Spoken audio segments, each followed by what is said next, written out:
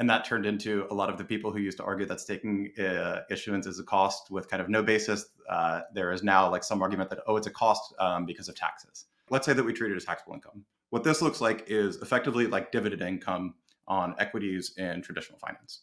And so ask yourself, do dividend payments and like the taxes on dividend payments, do those reduce the earnings of a company and like reduce the profitability of the company? Like, no, they absolutely do not, because they are not fundamental to the company. They are not inherent to the shareholders. That is just like your choice as a holder who decides to hold this equity and like live in a place where you get taxed on it. Hey everyone, this episode is brought to you by Supra, the vertically integrated L1 for super dApps. They have a very cool new product coming out called Supra Containers. So head over to supra.com. That's supra.com/containers. So if you're building on an L1 and it feels a little bit crowded, or the complexity of L2 and L3s are getting you down, just head over to Supra. They'll get you sorted. Thank me later. All right, everyone. This is a message for my DGen listeners out there. If you are getting scalped paying expensive fees to perp dexes, I highly recommend that you check out Index Co-op's new leverage suite. Now, whenever it comes to leverage, do your own research. This is not financial advice. Don't bet more than you can lose, all that good stuff. But if you are going to lever up, you might as well not pay an arm and a leg for it. You can get leverage on BTC and ETH with built-in liquidation perfection, now available on Base, Mainnet, and Arbitrum. So click the link in the bottom of the show notes and head over and check them out today, and you'll hear more from them later in the program. All right, everyone. Welcome back to another episode of Bell Curve. Before we jump in, quick disclaimer. The views expressed by my co-host today are their personal views, and they do not represent the views of any organization with which the co-hosts are associated with. Nothing in the episode is construed or relied upon as financial, technical, tax, legal, or other advice. You know the deal. Now, let's jump into the episode. All right, everyone. Welcome back to another episode of Bell Curve. Today, I'm joined by Blockworks' very own Dan Smith, and we got Jon Charbonneau, a friend of the pod, on here. Fellas, welcome. Morning. Appreciate it. How's it going? Yeah. All right, guys, this is going to be a very fun one. This is the podcast accompaniment to Jon's latest post on L1 token value capture. This is kind of the debate that launched all many crypto podcasts. It's probably the longest standing debate in terms of Blockworks history, in terms of how you should think about valuation and how you should compare different metrics across different blockchains. And Jon kind of took this on himself to answer this big thorny question for the industry. So, we're going to walk through the entire post here. We'll link it in the show notes. This is a slightly shorter than average post for you, Jon, but it's still pretty lengthy, and there's probably going to be more details in the post than there is on this podcast necessarily. But can you first, just before we get into some of the weeds here and walk through some of the metrics that you've outlined, what was the original motivation for creating this post? Yeah, sure. Yeah, this post, I would say, is like, it's like mostly a successor, I would say, to the one that I wrote like a year and a half or so ago on like ETH is not ultrasound money, on like protocol financials, profitability, like all of those kinds of things. I guess I would have like hoped by now people would like mostly agree on like basic financial terms for like blockchains by now, but we are still not there. So mostly just decided to like revisit that and get like a more updated version of, I feel like I focused more in the last one on saying why a lot of frameworks are bad and not like necessarily providing like as more concretely like, okay, but like what are some numbers that we could like actually start to use and kind of rally around a little bit more. So that one I was trying to do more in this direction of, okay, like what are some things that like are actually useful, so we can get to some semblance of like what does TradFi look like, where we actually have some metrics that people agree on. Because it was funny, like going into this, I was checking like the different financial tools, whether it's like you guys and Token Terminal and like other ones, and it, like people still don't agree on these things. And you could tell even at like kind of a subjective level, like people argue over these things all the time, like the Tolly and Justin pod, like they're still arguing over these like same basic ideas. So wanted to kind of get like an updated, like better, more generalizable version of that to try to clear these up going forward. Yeah, there's a lot of ships passing in the night in terms of debate around this stuff. And, you start to hear a lot of language like running a DCF on Ethereum, or the idea that Solana isn't sustainable because of its inflation and things like that, right? And I think the reason that I like your post so much and a lot of the ideas in there is it allows you to create, there are a couple of metrics that you can use to compare L1s, L2s, and other protocols. That's just very standardized, right? So you can stop that ships in the night idea. And I want to start by just walking through some of the big ideas that you laid out in this post. And, I think that one of the big ideas that's going to it took a little while for me to wrap my head around this, but it's the idea that crypto networks are not companies, and therefore it doesn't really make sense to just jam a P&L on something like Ethereum or Solana. So can you just walk us through that idea that crypto networks are not companies and how that lays the foundation for the rest of this post? Yeah, sure. Yeah, it seems like such a. I think it like took people a while, like when I like say stuff like this, because it seems like such a like sort of obvious thing, but like also seems sort of just like semantics and like isn't entirely clear. Like the main thing that ends up mattering is like people keep talking about all these terms like profitability and like what is like is this a cost to the network and stuff like that, without like taking a step back for a second and like what does that mean to be like a cost to the network? It's just like abstract idea in this case that like, just doesn't make sense. It's like asking like what's the profitability of the internet, and you can realize why like that is sort of like a nonsensical question, but you can obviously answer like, okay, but what's Apple's profitability? You can see, Apple is clearly this centralized entity that everyone works together. Income comes in, they pay money out, and like they have retained earnings at the end of the day. And those ideas just actually just don't map over at all to actually decentralized networks. And actually decentralized actually being a key part, which we can go into, of networks like Bitcoin, Ethereum, Solana. Like this actually just doesn't make sense. These are not entities that like are all working together and like retaining profits together, and acting in the same kind of centralized manner. And this isn't some like magical thing about like putting stuff on chain. Like the simple example of like we've talked about is like, okay, but like what if you were just a centralized company that runs everything on chain? That doesn't make you like not a company that we could look at your profits and make you exempt from corporate taxes. Like if I have a company that just puts my treasury on chain, it's still a company, and like you can track everything the same. Like money goes in, like they retain earnings at the end of the day, they're going to pay some corporate tax rate, like all of those things. So that's why I think that people need to just like, before you can start to like define the metrics, is like, okay, like what are we actually talking about, as far as like what those metrics apply to? Because stuff like income and expenses, like they are definitionally relative to something, and we keep saying them relative to something that just like doesn't make any sense. And so what I end up thinking ends up making sense for these, I would say like truly decentralized protocols, which are not like even for DAOs, I think that you can actually make a more coherent argument in like many cases with centralized on-chain stuff of like, okay, this is like, it works together effectively as a company. But for these more like actually decentralized, like L1 type networks, whether it's like Bitcoin, Ethereum, Solana, the metrics that end up making sense when you are looking at like profitability type stuff ends up being, for me, looking at some specific set of stakeholders, and in particular token holders is like generally what we care about here. And then the important caveat to that being is people often conflate that and like look at like different subsets of token holders. Like if you look at, is issuance an expense is like the classic one. Like, is it a cost that people talk about? Is like, if you are an unstaked token holder, unequivocally, it is an expense. Like this is a non-cash expense that you are strictly paying out. But if you are a staker, like this is income and it's also an expense. So like which one is it?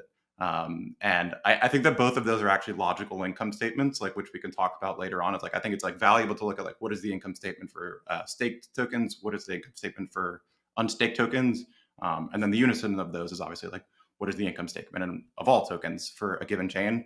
And that the metrics that we end up with there of like, what is effectively the income statement for all tokens for a given chain, that ends up being, I would say, the most like broadly applicable and useful thing that we can actually apply apples to apples versus another chain.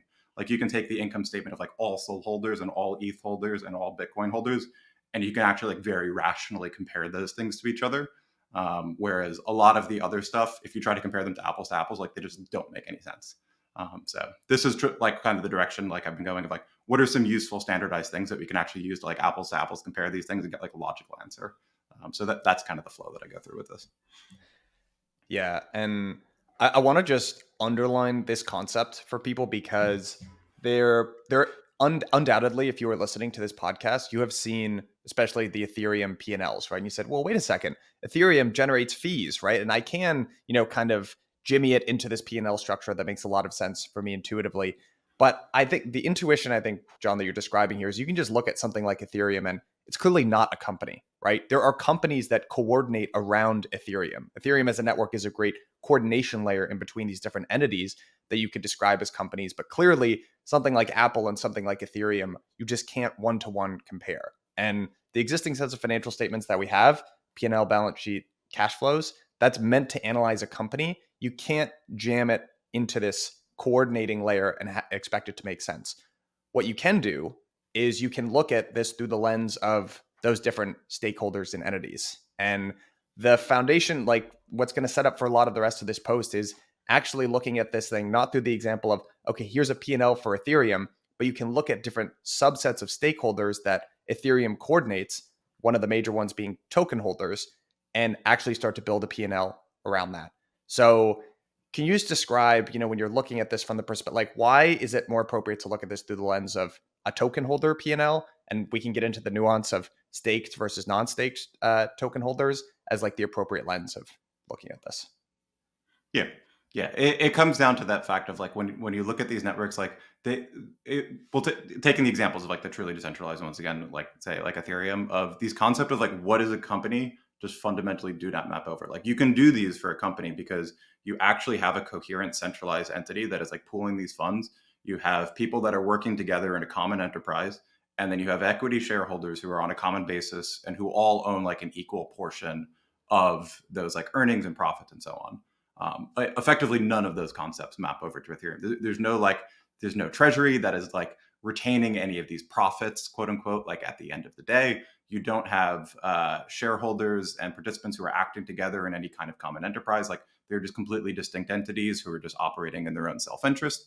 And then you don't even have these like equity holders who have actual kind of like governance rights or ownership of the network in any way. Like ETH has absolutely no governance rights.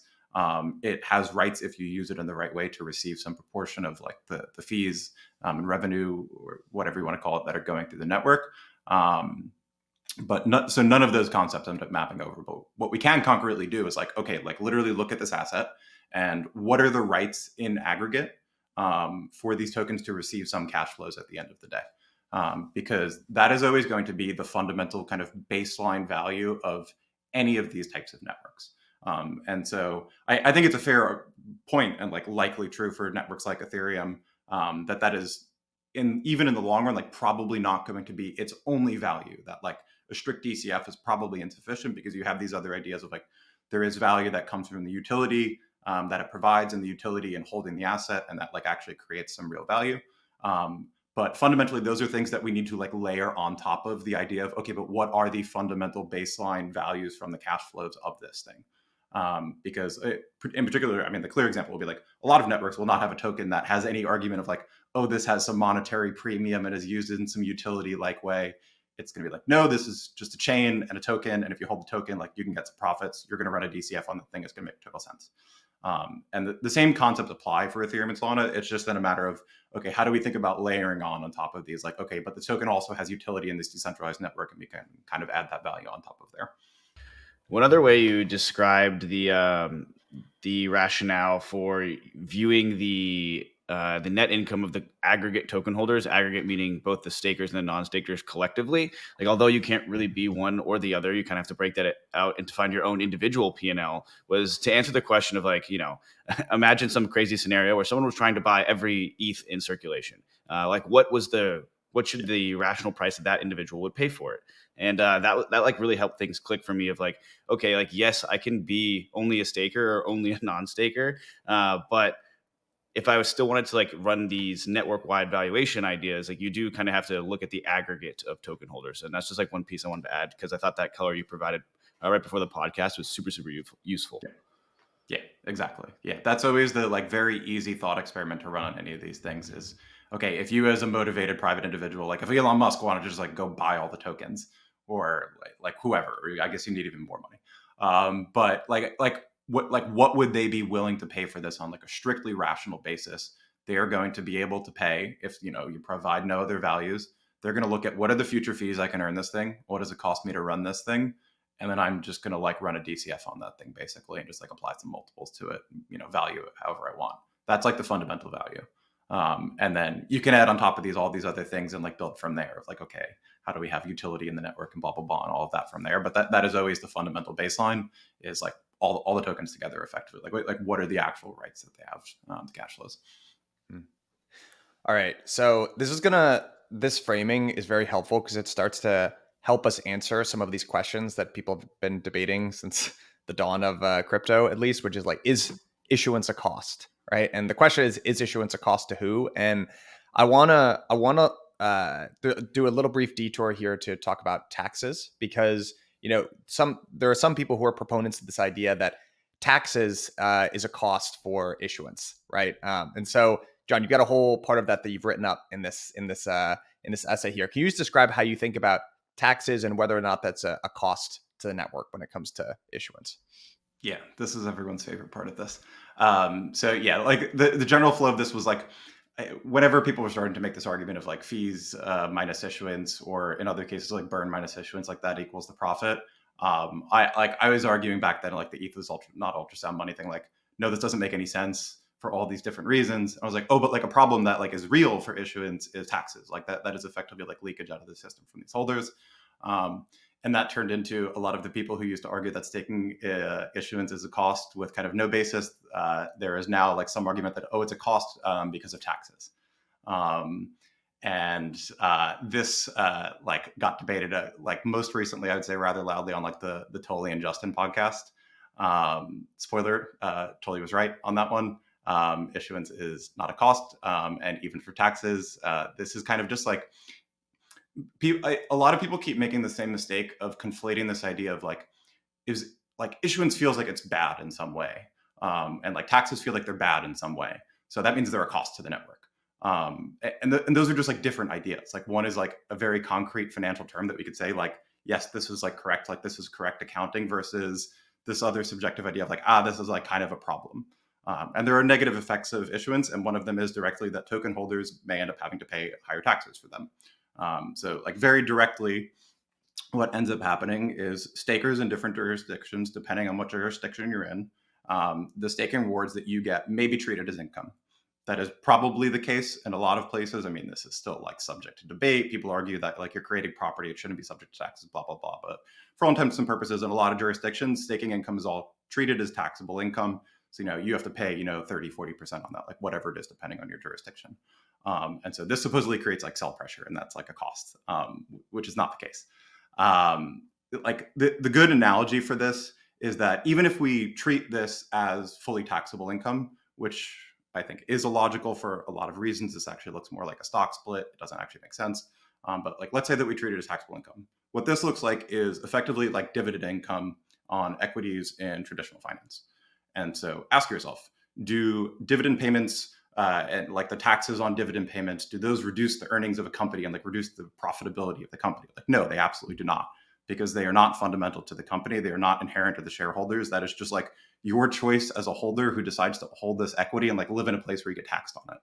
Like I think the ridiculous example I put in there is like, if I just like go beat up all my neighbors who have ETH and like I take 40% of their ETH, if you like move in next to me, does that like make ETH less valuable? Like, no, that means you should just like move away from me, and then your ETH is like worth the actual value of the thing. Like you can picture the government like that in this scenario. Like the fundamental value of ETH is not changed based on the idea that like maybe it gets taxed in some place that like has high issuance.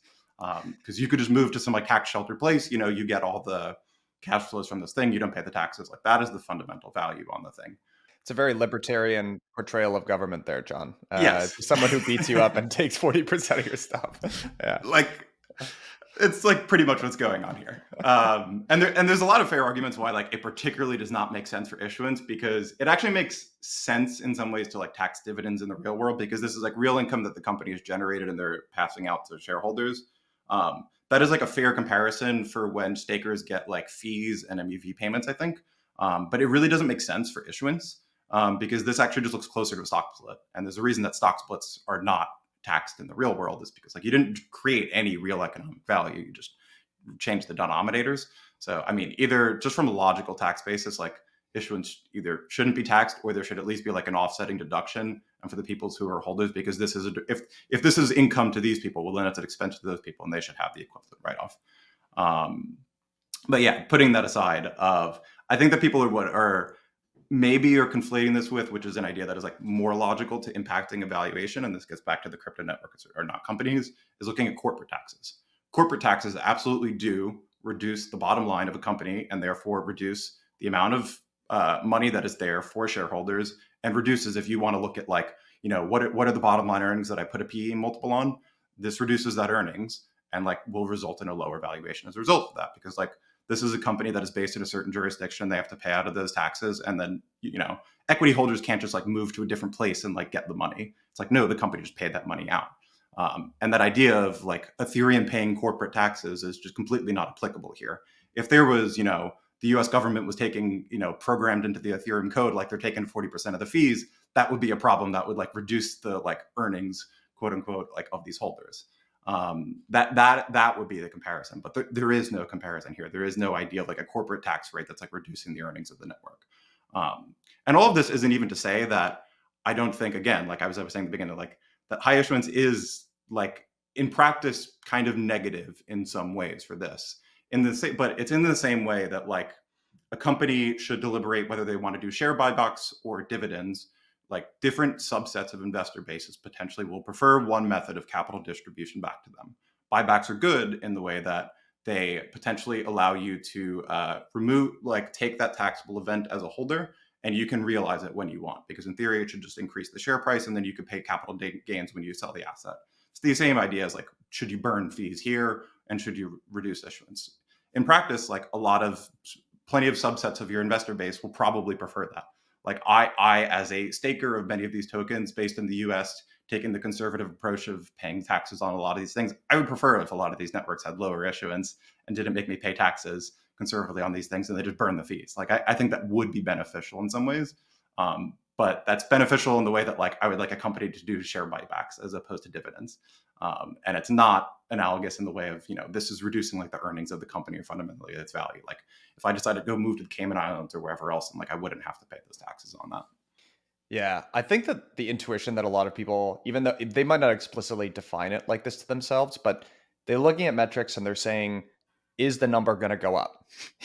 And so many metrics around crypto, because different protocols optimize for different things, is saying, hey, I would like my bags to go up, and I am going to look at this particular metric to tell me that my bags are going up. And that's like a lot of crypto Twitter is people screaming at each other, looking at different sets of metrics and trying to say, this is going to make my bags go up. And I want to, I've got one more question for you before we get into some of the metrics that we actually can use that are more objective and that we can use to compare across crypto networks. But I think already we've answered a lot of these questions here. Like P&Ls do not make sense, to just blatantly, to just peanut butter spread and run across a network. So say it one more time for the folks in the back. If you were looking at an Ethereum P&L or a Solana P&L, that is not a good way of viewing these networks.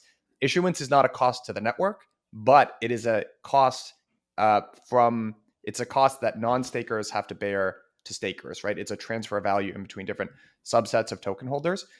And one question that I have for you on that is, how would you think about, I don't know, just like intuitively, it would make sense to me. And there's a whole section here on sustainability, so I don't want to front run that part of the conversation, but it would make sense to me that actually the way that Ethereum is set up, it actually looks in a way with a much lower stake rate. And essentially, there's a much larger group of people that are subsidizing a smaller group of people. That inherently kind of feels, I'm not going to use this word sustainable, it feels better than you could imagine the inverse, right? Of something like a network. Honestly, Solana looks a little bit more like this, with a very large stake rate, right? So you have mostly stakers that are being subsidized by a very small group of non-stakers, right? So how would you intuitively kind of look at networks and say, hey, does this look better in one way or another if you have how would you think about that kind of relationship in terms of goodness, for the network or sustainability or what have you? I don't think it matters that much for that specific point, at least, particularly like how many people are staking and therefore like subsidizing this, whatever. I think that is it doesn't matter, or is at the very least completely very unrelated to the idea of like sustainability and financial health of the network. I think it's important in the way that, do you take the subjective opinion that, you don't want people to be pressured into using liquid staking tokens because it, is more risky and reduces the moneyness of the asset. Like that's an argument that a lot of Ethereum people make as far as why we want a low stake rate. I think it's a totally valid argument of like, yeah, that is like subjectively a thing. If you want this to be money in some whatever sense of the word, like, you want people to hold like the real thing. I think that is like a tangible thing, but is unrelated to, what is the financial sustainability of the network. Whether you have 100% stake rate or a super low stake rate, You can have this issuance paid out that is effectively going out to operators. What will always fundamentally matter as far as the kind of like ability for the network to just kind of, and we can get to the sustainability thing later in more detail, but the fundamental idea is going to be like, what are people willing to pay to use this network? It's fees, MEV tips, all of that. And then what does it literally cost to run the boxes? I got to run a bunch of miners, I got to run validators, blah, blah, blah. What is that? And then on top of that is if you don't have enough to cover subjectively the costs that you want to run the network because you want to be more secure, more validators, whatever, or do you have token holders who are willing to bear that cost for some reason, whether that's because they believe in future profits from holding this thing because it's going to eventually become more profitable, or because they just derive a lot of utility from the token. That's what we'll end up getting into with the sustainability thing later on. But it really just ends up coming down to mostly like those baseline financial metrics of like, what are people willing to pay to use the thing? What does it cost to run the thing? If there's a mismatch in some like subjective way that, for whatever you want, is like, is someone else willing to step in as like basically a pseudo equity holder, like as a token holder to bear that kind of cost. Hey everyone, this episode is brought to you by Supra, the new blazing fast, vertically integrated L1, which helps you scale your dApp.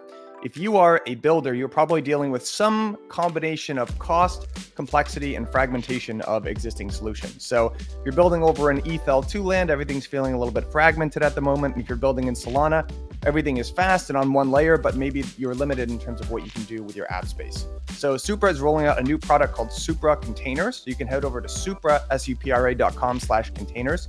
To learn more. They offer dedicated customizable app spaces running on Supra's 500,000 TPS Layer 1 blockchain. That gives you complete control over gas tokens and fees.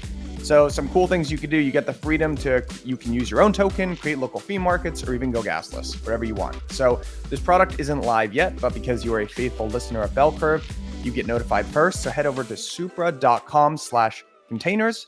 Thank me later. Hey everyone, this episode is brought to you by Index Co-op and their new product, the Leverage Suite, which I highly recommend that you check out. Click the link in the bottom of the show notes. Now, disclaimer, whenever it comes to leverage, do your own research. This is not financial advice, all of that good stuff. Don't bet more than you can lose. But if you are going to lever up, you might as well not pay an arm and a leg and save a ton of money and use Index Co-op's Leverage Suite. So the way that they actually achieve these savings is pretty cool. They leverage the power of money Legos, DeFi, in this case, Uniswap and Aave.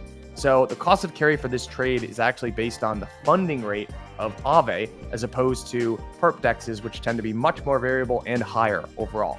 Additionally, perp dexes will also charge you usually based on the entire open interest, so the leverage exposure that you have as opposed to just the amount of money that you put in, which is what Index Co-op is doing here. And the result of what you get is just an ERC20, which gives you something like 2x ETH. So if you want to lever up and you want to save money doing it, I highly recommend that you go check out the Index Co-op Leverage Suite. Very, very cool. Thank you very much, Index Co-op, for making this episode possible. Dan, I'm going to kick it over to you here in a second when we look at like what are some of these metrics that we can use to apply across different networks. But again, just to summarize, these crypto networks are not companies. Peanut butter P&L does not necessarily make sense. Issuance is a transfer of value between one subset of token holders to another. Taxes are not a cost. So we've already covered an enormous amount of ground here. So hopefully, even if we ended this podcast now, there would be some takeaways. But I want to move on to this next section here, which is what are some metrics that we can use to actually compare different L1s, L2s, etc. So Dan, I'll kick it over to you here because you kind of are leading this from the Blockworks side. Maybe you can introduce this concept of TEV, total economic value, to introduce this concept. Yeah, for sure. So with that foundation in mind, John, I want to run through this framework that you've built because I do agree that it kind of achieves that overarching goal of, what are some metrics that we can compare across networks to reach some logical conclusion about these things and potentially their value. So I really like how you've laid out the total economic value rolling down to real economic value and then ultimately token holder net income. So if you can high level walk through each of those and then we'll kind of deep dive each of the three of them. That's probably a great way to go through the motions here. Yeah, happy to. And yeah, that was, I would say, a big part of it, to your point of making some baseline things that I think we can compare kind of across networks and across asset holders that are just useful things. So starting basis is just simple terminology before even those is I wanted it also to be applicable for proof of work and proof of stake.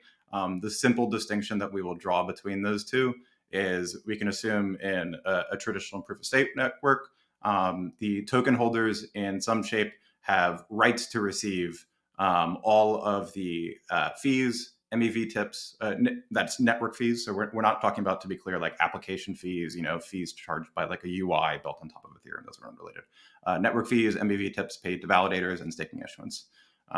We can assume that POS token holders, they all have rights to receive those if they choose to stake and like get those rewards. So they effectively act as middlemen to the people who are physically running the network, the kind of operators, that's including like validator delegates, core MEV infrastructure operators, like Jito and the likes of them. They kind of act as a middleman, effectively like negotiating the economics of, okay, we take in the money and then like we pay out some percent of it to you, and if there's a surplus, we get to keep that surplus. Is effectively how it works. Proof of work and traditional proof of work, it's nice and simple. Token holders don't get shit. Like they have no rights, they have no expectations to get anything. It is pretty much just all the money, all the fees, all the MEV tips, those all go to miners. And then also, presumably there is issuance, which, for example, Bitcoin holders are going, while there is at least issuance in Bitcoin, that all also goes to the miners as well. Bitcoin holders have no expectations of like earning any kind of income from the network of holding this asset. I will caveat that with, this is not like at a technical level, an entire distinction of, you can in theory, like imagine a proof of work network that like decides to burn fees. And if you did that, then there would be some value capture return. But we're going to take the simple in practice distinction here that like actually matters, which is, do the token holders have rights to receive the income that is on this network, versus do the token holders have no rights to effectively receive it? And that's like proof of work in practice, Bitcoin, et cetera. So with that in mind, like we want to have metrics that don't just treat fees and stuff like that as revenue, because that is part of the point why, like, taking these kind of more relative financial terms, calling fees revenue doesn't entirely make sense at a network level if you're trying to compare these things, because fees are definitely income to proof of stake token holders, but they're not any income to Bitcoin token holders. So we want to kind of even step like a level back from that. And what are just like some completely high level network level terms. And so the ones that I made here that we kind of end up working down from are total economic value, which is basically just like, what's the size of the pie of value that's moving around at the network level, which is all network fees, all MEV tips, and then all issuance that's coming out from stakeholders. So new token issuance. And that's basically like the pie. And then where we work from there is like, okay, where does all that money go? Taking a step lower term, you can call it real economic value is what I call that in there, is just very simply, real versus nominal. It's inflation adjusted. So we're kicking out the inflation here.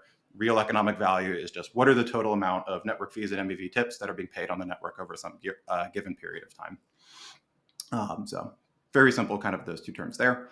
And then what we work down to from there is, okay, now we can look at these tokens and what is the net income of these different kind of token holders and token holder subsets. So the traditional way to do net income is like income minus expenses. I start by not doing that for that reason of what I explained, of like income on a proof of work network and a proof of stake network are actually just different calculations. So it's not as easy to compare. What it always ends up working out to is that simple calculation in the beginning of what are users willing to pay for this thing? That's REV. So that's all the user network fees, MEV, tips that are being paid to validators, minus what is the cost to run the boxes? That is like always fundamentally what the calculation is going to be.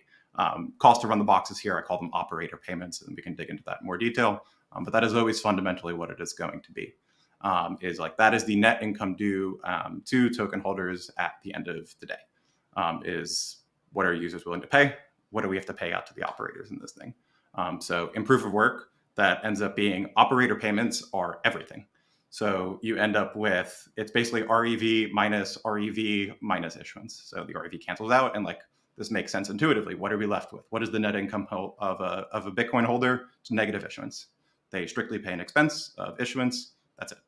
Like that makes sense. They are effectively losing 1% a year as like a non-cash expense that they are paying out to all these operators, because the operators get everything in proof of work. So makes sense, nice and simple. And then looking over at proof of stake networks, we have the same general idea there. It just ends up being, I would say, like a more complicated calculation, because again, token holders are effectively like acting as more of this like kind of middleman, where they have rights to receive like all of this kind of economic value that's going through the network. And then they effectively like negotiate with stakers of like, okay, I'm going to get all this issuance, I'm going to get all these fees, I'm going to get all these MEV tips. I don't want to do this work. This requires real work that requires some like real world cost. I'll give you like 5%. And that's effectively how proof of stake works today, is you have all that money coming through, and there's 5 to 10% commissions from validator delegates, from Jito running the MEV auction that like takes a little bit off the top. We take some of that value, and then the token holders get back that kind of 95%. And that also makes it clear in this calculation, like the part of issuance and part of any of this that is like a cost effectively is not like that top line number. It is, what are you literally paying out to the operators? So that 10% of issuance that a staker has to pay to their validator delegate, that is totally an expense to them. That is very literally, it costs money to run this thing. I need to take a portion of my money and give it to you because you got to pay your real world expenses. And that is a real expense from their perspective. And then what you end up at the end of this is, what is that difference between those two is the real value due to the actual like proof of stake token holders at the end of the day. And you end up noticing you can also like play with the issuance numbers here. Like I have one example in here of, you could like imagine like holding the amount of REV constant and the amount of operators payments that's holding that constant. And then you could imagine like having the same level of issuance, like a very low amount of issuance where like all of it goes to the operators, or you could imagine like a ton of issuance where like a very small percent of it goes to the operators. At the end of the day, the token holders are still left with the actual same exact net income. They get what is the REV that users are paying into this network minus the like amount of money that I pay out to the operators. The other issuance that's like going from token holders back to me is just like moving numbers around. It doesn't actually result in any kind of like net inflow or outflow. The other important part of this to point out is in that kind of bucket that we call like operator payments, in traditional proof of work and traditional proof of stake networks, that term is what it sounds like. It is, it is miners, it is validators, it is core MEV infrastructure, like perhaps like Jito or like Flashbots or people like that. If they decided to take a fee off of like running this core infrastructure that's required to like literally run the network, and they take a portion of the TEV. And that's all that it encompasses in these traditional networks. But from the perspective of token holders, all that matters is, are we giving out money to someone? And it's like, it's not going to me. So what also ends up falling in this bucket and looks exactly the same from their perspective is your chain printing a bunch of tokens and like paying it to a core dev team? Or are you printing a bunch of tokens and like taking it out of your treasury and giving it to applications that are like building on your rollup and incentivizing all of them to build there? All of that is absolutely a non-cash expense. Like that would reduce your net income. All of this, like effectively, it ends up looking like stock-based compensation whenever you're printing tokens and like giving it away to other people. And when it is going to people who are not token holders, who do not have rights as token holders to receive it, it's always an expense, whether that's being paid out to a validator or being paid out from my treasury to people who are like building on my chain. It looks the same. I'm paying out an expense that is going to these other people that is essential to kind of the functioning of the network. Okay, lots to unpack there. And so if we start just to kind of like redefine the high level terms here. So we have total economic value being, you called it the total of the pie. I love how you included these Sankey diagrams in here because I think it's a really useful way to visualize why TEV matters. Because if you look at these Sankey diagrams, right, that's that left-hand column, which is the total sum of both like the internal and external value created by this network. Internal being kind of that like issuance component, external being all user paid fees. And so that's network fees, as you call them in this report. And to give a clear example, like if we look at, let's say, Ethereum, that's going to be your base fees plus your priority fees, plus any MEV boost bids that have moved through the system, and additionally plus any blob fees that have been paid. And so you have this like 4 fee component that creates REV, right? Again, that's that. So if you remove that internal piece and you're left with just the external value creation or those total user paid fees coming into the system, that's going to be what this REV metric captures, or that real economic value, and real meaning, inflation adjusted, coming down one level from total economic value. And so when we get down to the removing the operator cost piece, and kind of getting down to this net income metric, I really want to like deep dive into operator costs, because I think even in this report you called it messy, and it's the reality of trying to do this math on this network wide calculation. Because if you think about, let's say, a solo staker, right? if you're a solo Ethereum staker, it does cost something to run that validator, right? It's going to be like less than keeping your fridge on, but there is a cost there. So it's not like a perfect one-to-one. But then if you move, a good chunk of the network is staked through liquid staking providers, right? So Lido, for example, takes 10% of the total fees that move through, or the total issuance plus network fees that move through its stake, and that is that kind of that like real cost that kind of seeps out of the system. But if you can just like hammer down on why that cost that gets pulled out of the system is ultimately the component that is the cost to the token holder. Yeah, this like operator payments bucket is definitely the messiest part. This is the part where, if you are trying to like think of like what is a real income statement going to look like, this is the part that has a bunch of footnotes like per GAAP accounting rules, like I made these assumptions and blah blah blah. Because there are a few reasonable things you could do here. So in a traditional network, I would say most of this looks very clear.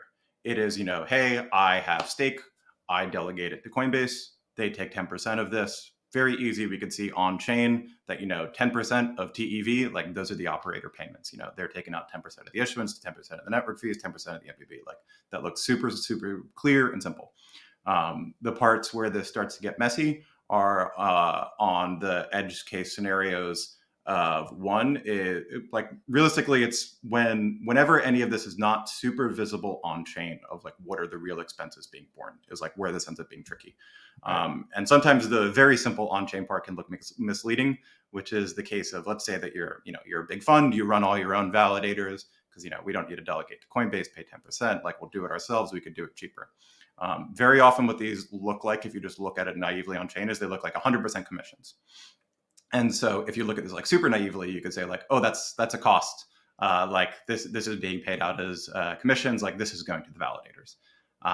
While in reality, I mean, they are the validators. They're keeping 100% of the money. What is the real cost to them? And what is like their rational calculation that they're doing as an investor is how much money am I going to receive in staking income? And then what am I paying to run all these validators? And that what am I paying to run all these validators is the analogous to Coinbase charging 10%. It's just that embedded in these, you also have the idea of like, what are the real world costs? And then plus or minus, what is the profit of these operators? So Coinbase presumably is making a profit on all of these. They charge you 10%, maybe they take in X, $1 million per year, but, they're actually paying out, X minus whatever. And expenses, they're booking that profit. So when you're looking at these ones that are like, say, 100% commission or just running their own stake, I think there's a couple of areas that are like reasonable assumptions you can apply to them. I think the thing that you definitely should not do is apply, consider this like 100% cost. Because it doesn't match reality in practice. Like, 95, 99% of this or whatever is value that's going back to the capital holder. And then, 1%, 5%, whatever is paying out the like literal real world expenses. So the decision is, do you just treat this as like a 0% cost?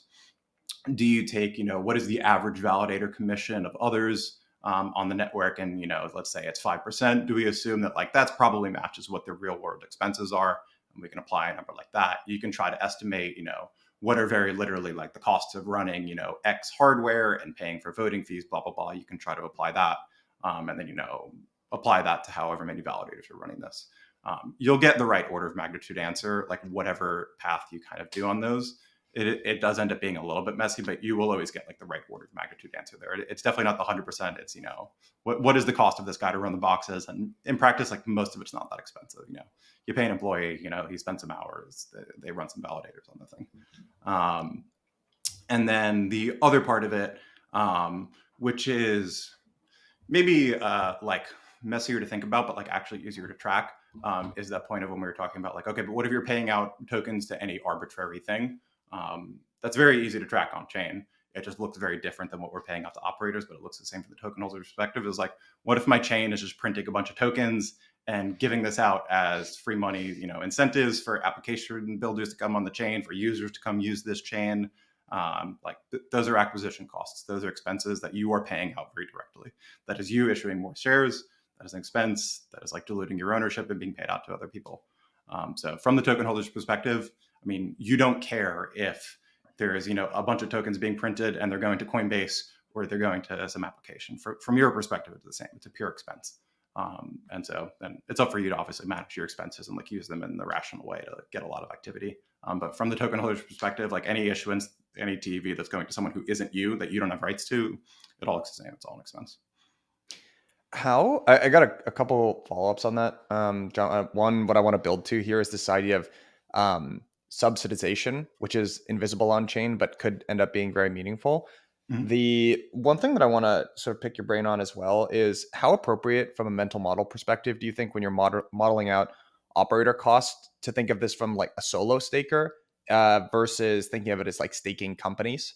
And the reason that I ask that is, we've had Xavier Megan on this podcast a number of times, and he was CIO at Chorus One for a number of years. And, a lot of people, and especially like research will sort of, the way that it makes it seem is that a lot of the cost here is there's the cost of running the box, right? Which is why, people are very zeroed in on the hardware requirements and bandwidth requirements for validators.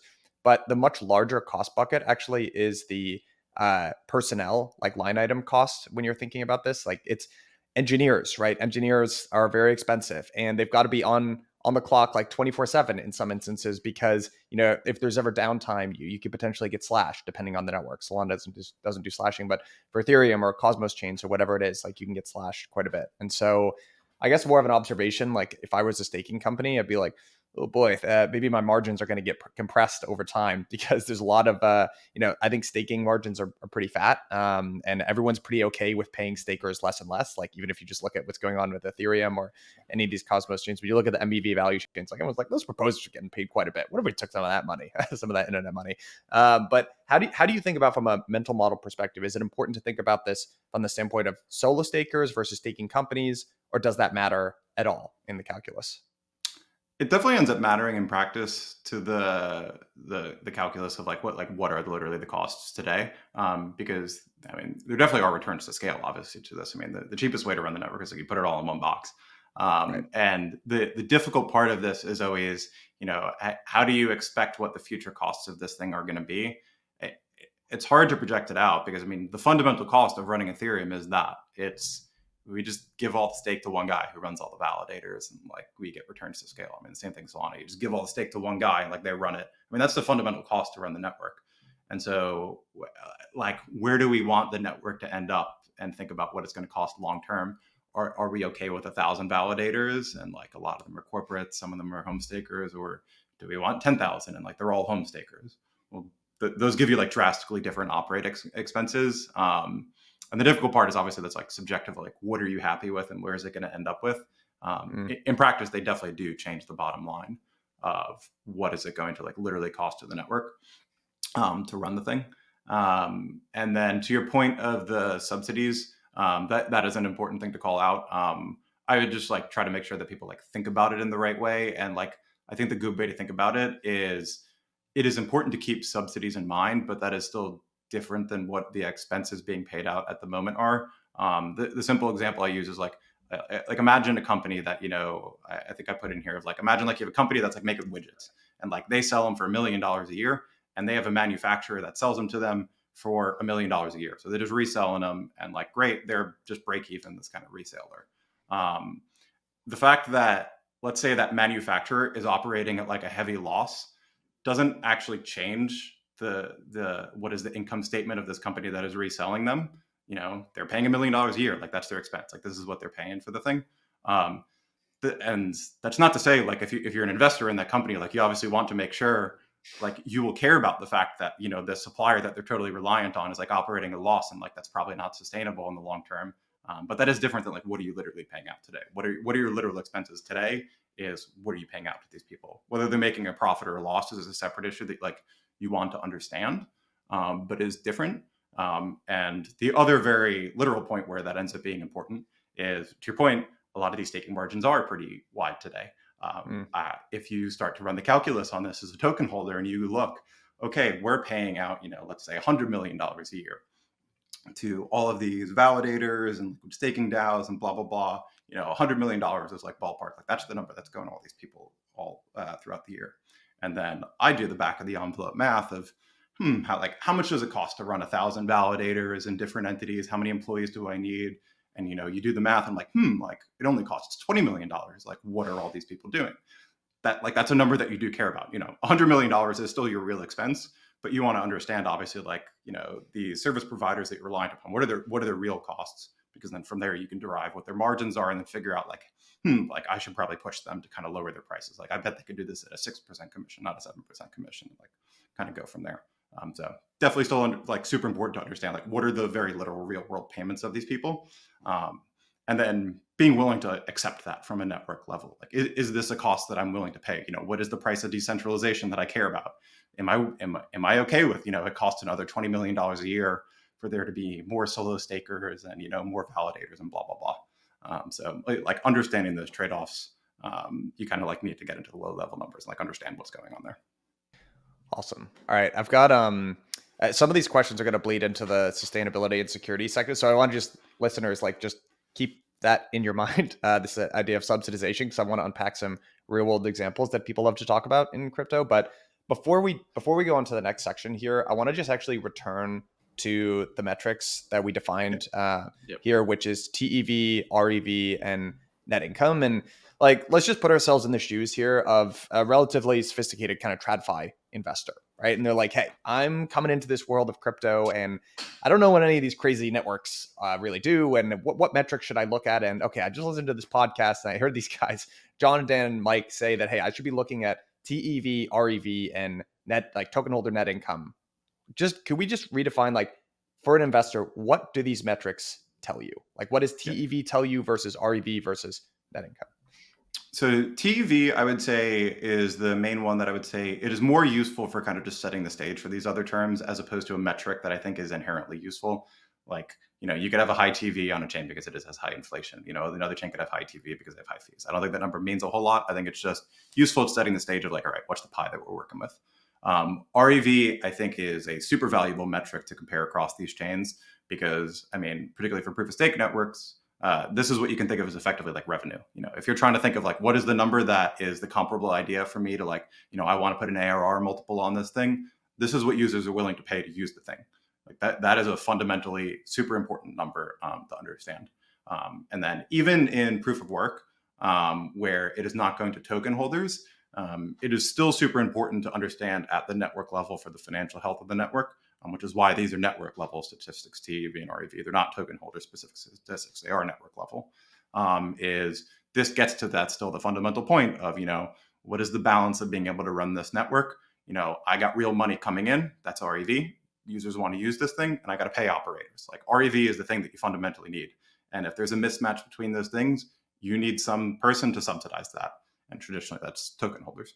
And they may be willing to do that, or they may not be willing to do that. If you don't want to rely on token holders or some other entity to be subsidizing these costs for you, which is, like where Bitcoin wants to go in the long term if we have no more inflation, well, then you need REV to be in excess of what you deem to be like reasonable operator payments. So that number is super important. And then particularly in proof of stake, you could think of that as like effectively like the revenue kind of number.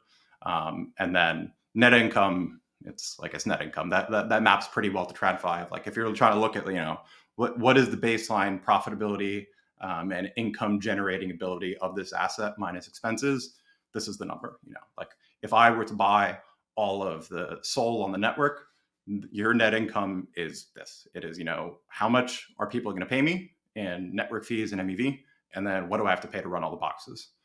That is the net income that you're going to earn at the end of the year. This is the type of number, you put a P multiple on this, like that maps over pretty well again. All of the kind of issuance going in and out, that is effectively like detail that's layered on top of there to like incentivize different network participants, but it is separate from, what is the fundamental value of this thing. So, all right.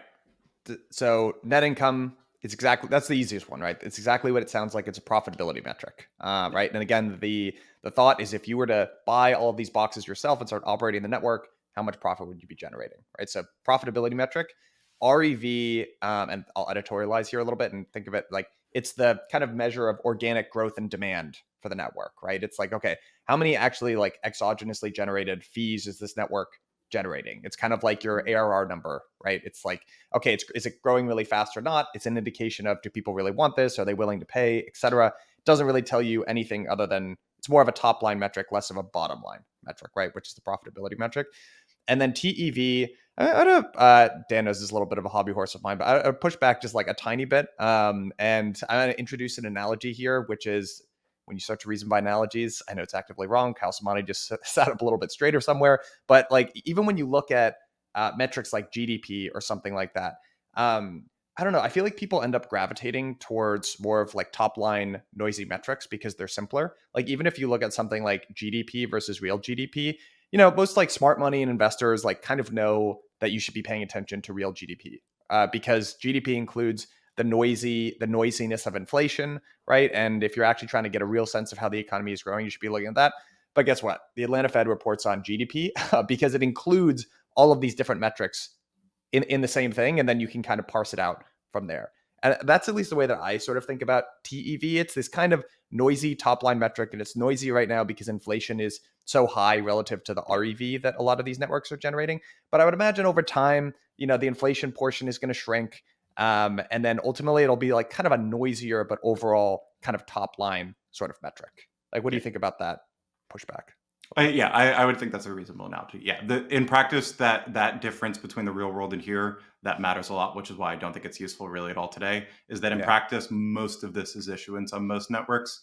So, it doesn't make a whole lot of difference when like 98% of this thing is issuance, comparing it between two Cosmos chains, like whoever has higher inflation has a higher TV. Versus in the real world, yeah, I mean, the inflation is, some nominal amount of the real amount. So yeah, presumably if you get to a long run state where like inflation's a small percent of like the real economic value that's the real value that's going through the system, then it makes more sense. Like, yeah, it could be a more useful metric, I would say. Yeah, I think that's a good point, John, because nominal GDP is kind of simpler is the same reason why I think REV is a more useful metric, because I do feel like it's simpler because it's easier to wrap your mind around, like, again, you called them the exogenous value capture here, rather than like, because I feel like people kind of get the inflation thing is internal, and it's like, yeah, we kind of get it, but we kind of don't. And it's like harder to wrap your mind around. So that's kind of personally why I'm more intrigued about the REV metric. And again, like knowing what users are willing to pay to interact and use your chain is an incredibly important number to me. So I do kind of like really view it from that lens as well. Whereas TEV just has those like, again, those like noisier elements to it. I completely agree. All right. Now we've laid out our metrics here and what they sort of tell us. And I want to get into how, like, what I think we've kind of already explained this a little bit, but maybe it would be helpful to walk through like an actual valuation example, right? Like we've kind of danced around that and alluded to it, but John, maybe you could tee us up here exactly like, okay, this is the question that we've been talking about this entire time, right? Which is how would you do a valuation on something like an L1? So can you just briefly walk through an example of what that might look like in practice? And then we can get to sustainability and security, which people love to talk about as well. Yeah, sure. Yeah, it ends up looking quite simple because you end up like, when you think of the sole buyer, it basically lets you cut out, thinking of all the noise of the inflation going from one holder into the other holder, because like you're the same holder. So the income expenses, like the net out, they're all even for you. So, I mean, the simple example is like, imagine a network that has, let's say, 10 million a year of REV that users are paying for a mix of network fees and MEV tips that are going to whoever's running it. And let's say it costs $1 million a year to run all the boxes, whatever is the defined level of centralization and like operations that these people like. So, maybe it's 100 geo-distributed nodes. Like that's what the people want. It costs $1 million a year. So holding all else equal, like you can go buy the thing. What are the earnings that you're going to get for buying this thing? Is you're going to make $10 million a year that people are paying you in network fees and MEV because like they want to use this thing and it costs you $1 million a year. So your net income is $9 million a year. Like if you wanted to throw a value on that thing, I mean, that's the kind of thing that you throw a PE multiple on. If you want like a 10x PE, okay, this is worth $90 million. Ends up looking like honestly pretty clean from that perspective. Awesome. If people even just remember like one soundbite from this, I would remember that particular soundbite because it's so, once you approach things from that mental model, it's so simple, right? Like what if I bought all of these boxes and ran it myself? Okay, I can easily discount inflation there because I'm just transferring value from myself to myself. So that's very silly. Okay, we ignore that. There's a metric which is like, okay, this is how many like exogenously generated fees, and I kind of get a sense of demand. And then I want to know the profitability, which is the net income. Like Super, super simple, right? Like that's how we would do it. In practice, that's not really how it works today. And these networks are decentralized. And so there are these other questions outside of like, okay, strictly what you'd build into something that like financial statements. There are these kind of questions around, all right, this is crypto, right? I want to make sure that there's sustainability here. And that's a little bit of the like subsidization piece that we were alluding to before in the operator payment section. And then there's the like security, right? Which is, hey, this is something that gets debated, frankly, mostly around Bitcoin, right? Which is the security budget, and there's a lot of security budget truthers out there, right, who are very concerned about this when it comes to Bitcoin. So why don't we actually start there, right? Like all of these different things, you know, they end up mattering, right? Like the amount of inflation ends up mattering for something like the network. So how do you just think about the concept from a high level of the security of of networks and how it pertains to everything else that we've discussed so far? Yeah, makes sense. Yeah, and the one other point I guess I would make too on the first part of that, as far as like this is a real world, it's decentralized, it has these different parties. And while I do simplify it in that valuation example of like this is what it looks like if you buy the tokens, which is completely relevant, I do also call out in here that you can do an income statement for all stakers and all holders, and both of those are important. Like if I am staking, I do care about what the income statement of stakers is. And the simple test is like, okay, but even in the complicated case, you care about the simple one that I gave for the simple example of like, imagine that you're a staker and oh, my income statement looks great because let's say there's a high issuance and like nobody's staking, like, wow, I make a ton of income every year.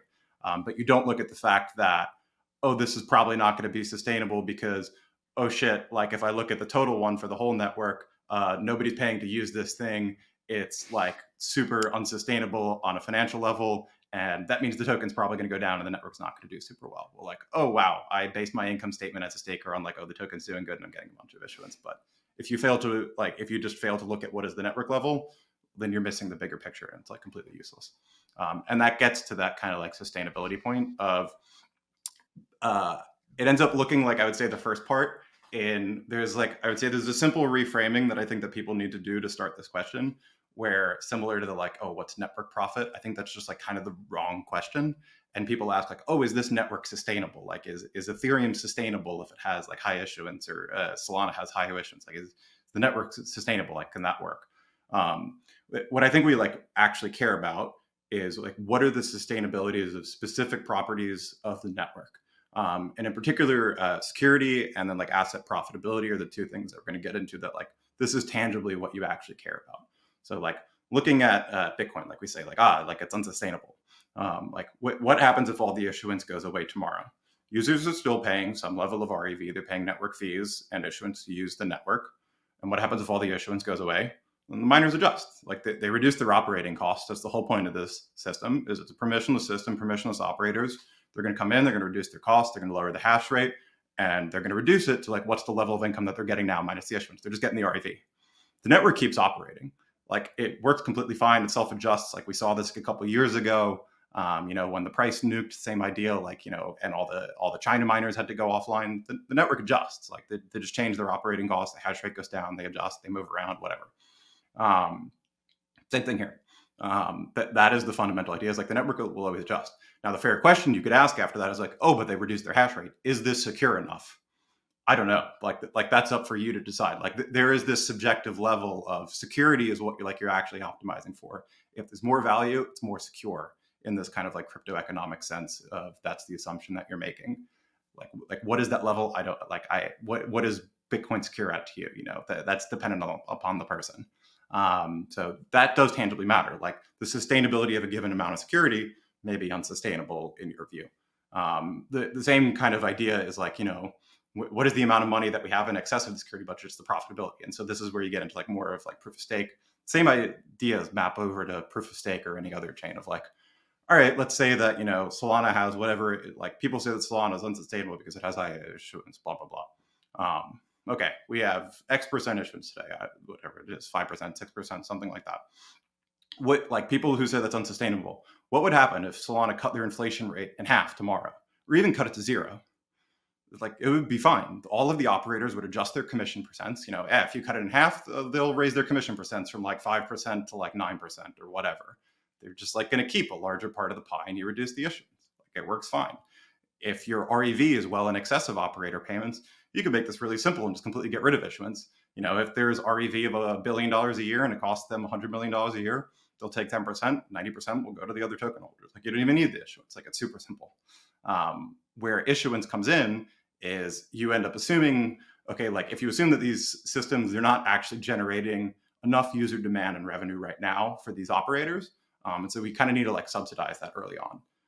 And this is like role of any equity holder in a traditional company is, all right, we don't have enough money coming in right now, but we think this thing is going to grow. So I, as a token holder, I'm willing to pay those expenses. I, as an equity holder, am willing to pay those expenses and like eat this loss for now because I think this is going to be super profitable in the future. And you can argue that like, oh, that's not going to change in the future and blah, blah, blah, this will go down and that's fine. And again, it's the same idea of like the network will just adjust. Like operators will reduce their payments. Maybe some of the validators go offline. You have less validators, blah, blah, blah. All of that still works. The other thing that may change if you play around with these numbers is the dollar value of staked assets may also change. And again, like, is this secure to you if Solana goes from, I don't know, $50 billion stake today to like $40 billion stake tomorrow because they reduced the issuance and maybe some people said, like, that's not enough for me. I don't know, like that seems secure to me. That seems perfectly sustainable to me. Like Solana could cut their inflation rate in half, lower, whatever. It'd be fine. People would just like the free market would adjust all the permissionless operators here. So those end up really being the variables that we like are concretely talking about when we talk about like, is this sustainable? Is what is the security that you are getting out of this? And then what is the excess kind of profitability that you have left over after that? Is like what you're at left at the end of the day. Like that's what token holders have. And that is like a reasonable and valuable question to me. And you can map that over looking at the extreme example of the people who have like their operator payments or just printing a bunch of money and giving it to application developers, users, blah, blah, blah. Like let's say that we have an L2 that's just printing like $1 billion a year and they're just throwing at applications, they're throwing it at users, whatever. And they also have an REV of like, $100 million a year. Like this is great. I think you can make a very reasonable statement that is probably not sustainable income that they are taking in because they're giving away $1 billion a year and they're taking in $100 million a year. Like no shit, users are going to use the chain. Like that's a very reasonable thing to say that's an unsustainable profitable metric. But that's not to say like if that goes away, the network just disappears overnight. Like the network, these are permissionless networks. Like they can continue to operate so long as people want to pay anything to use them, then people will run the thing. It's like, what are we talking about as far as like some subjective level of security and profitability like that we want and is sufficient? That may be sustainable or unsustainable. By the way, you know what that actually describes? I mean, that description actually matches up with reality, which is chains almost never die. They're like, people ask this every now and again. They're like, why haven't these chains died? Like, why? Who's still running? Like ETH Classic is probably the best example of this, or Bitcoin Cash. It's like at, all of those metrics that you just mentioned adjusted, fewer people are involved with these networks, but guess what? They still run. And they actually never or very rarely get 51% attacked either. So it might be worth looking at this thing from a slightly more critical lens because, there's some very hard line, ideas around this. And I think it's more wishy-washy than people might, and actually life lines up with the reality actually matches that description. The one other interesting point I would make on that too is this is something that you probably don't want to assume for most networks, but this gets into like this question, which is, I would say, aside from the cash flows and the fundamental value capture, but like some of these assets clearly have value in excess of the cash flows. Like what is that thing? And this kind of pokes at that. If Bitcoin had 1% inflation forever, I would bet that most Bitcoin holders are totally fine with that. They would still hold their Bitcoin forever. They're not banking on the fact that like, if that's how it was made from the start, like it's different if you change it today, but like if Bitcoin was made from the start, there's a 1% tail inflation. I would be willing to bet like most token holders are like, yeah, that's fine. Like I'll eat 1% inflation a year. And the reason that they are willing to like subsidize or pay that cost to operators is because they derive some utility from the network from holding this asset in excess of what is the literal just like bottom line earnings that I'm getting. So that's where you get into the like interesting part of like there actually is utility value in some of these things potentially. And it's not just this like, unsustainable subsidization. Like there's really utility value being provided in excess of the cash flows. That's not the case for like most things. I don't think that's the case for, like some random L2 token that like no one gives a shit about. Like no one's keeping, roll up token XYZ number 42 as like a store value in the long run that they're like willing to eat issuance on. But that does factor into some of these bigger chains where like obviously Bitcoin holders are not holding this thing in expectation of future profits. They're holding it in expectation of future losses because they think it's a good store of value and good utility. And how do you think about like the the next level valuation there, right? Like, do you think the utility value, monetary premium, commodity value, whatever we want to call it, do you think that's just like, how does that look like in practice? And when it comes to like the valuation side of things, is that just like an additional multiple on like, let's say net income? So I think the example we talked about earlier was the chain that ultimately boiled down to 9 million in net income, and then you slap a 10x multiple on that for traditional valuation. And then is it just like adding an additional multiple there? Like, how do you conceptualize what this sort of hand wavy moneyness factor is? Like, I agree it's real, and I agree that there's these exogenous reasons why people want to touch and interact and hold these assets, but again, just like driving down on the valuation side of that, how do you think about it? Short answer, I think it's difficult and unsatisfying. I think that there are like some reasonable ones when you look at utility of the classic kind of like MV equals PQ, like how much do people like literally need to hold this token because they want to transfer X amount of value, and then like what's the velocity of the money? In practice, I tend to find there's probably not a lot of value from that for like most things, at least high velocity to these things, at least in the longer term, not necessarily the case today. So that's like something that you could try to like reasonably calculate. This idea of, and a lot of people do this, is like, oh, do we put like a higher multiple on top of the cash flows because it's like money? I think that's like incredibly silly. I don't think it makes any sense. And I think that like you can just like play this out logically of like, if I am holding, Ethereum because quote unquote it's money, I'm not looking at like what is the net income of this thing. Like if the net income of this thing doubles, do I think that my money is worth like twice as much? It now goes from a 200 multiple to like a 400 multiple. Like it doesn't make sense. And just logically, if you have the Warren Buffetts of the world who are holding this thing because like they think that this is the right rate of return based on the strict cash flows of this thing, they're not holding it anymore when it's valued, 20x higher than it should be, or even like 10x higher or 2x higher, or whatever. Like they're just not holding that thing anymore. It's not to say that those cash flows aren't useful, but yeah, the just like, oh, real world ARR, is a 10 here, so like I'm going to say it's 100x ARR because monetary premium. I don't think ends up working in practice. I think it's like really hard to put a number on those things in the way that like it's hard to put a number on like what is gold worth. Right. It's difficult.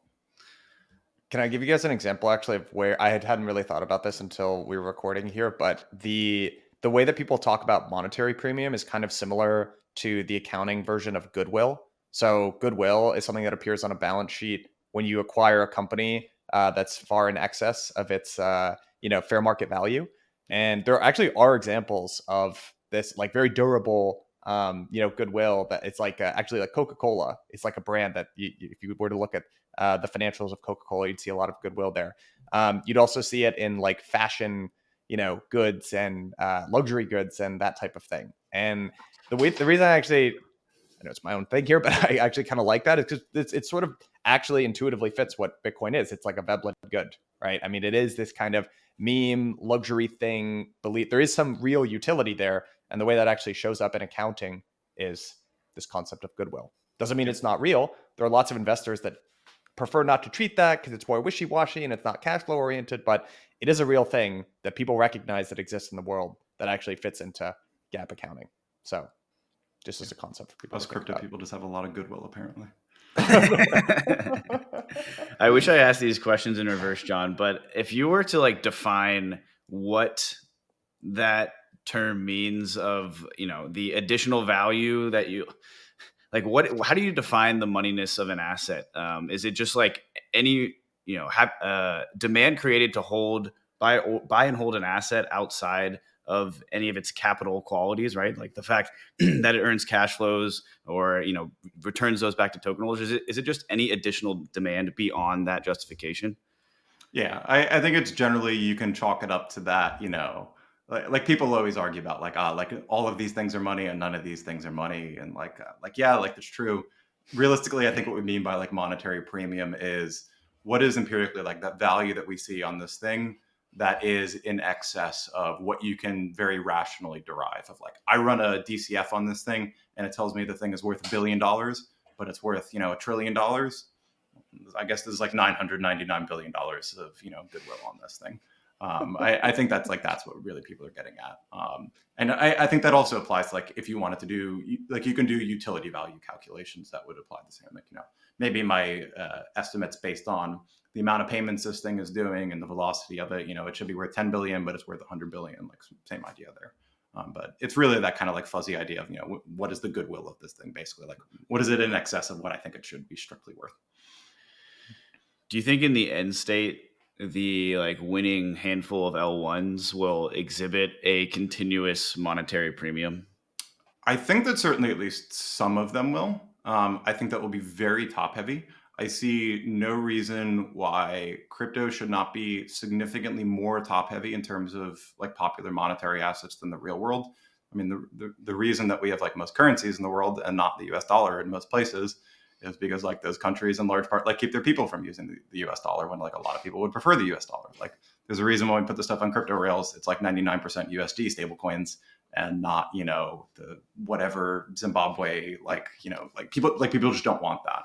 I think that there's going to be like a pretty high, pretty concentrated distribution on like what are the monetary assets that people really want to hold in 10 years from now.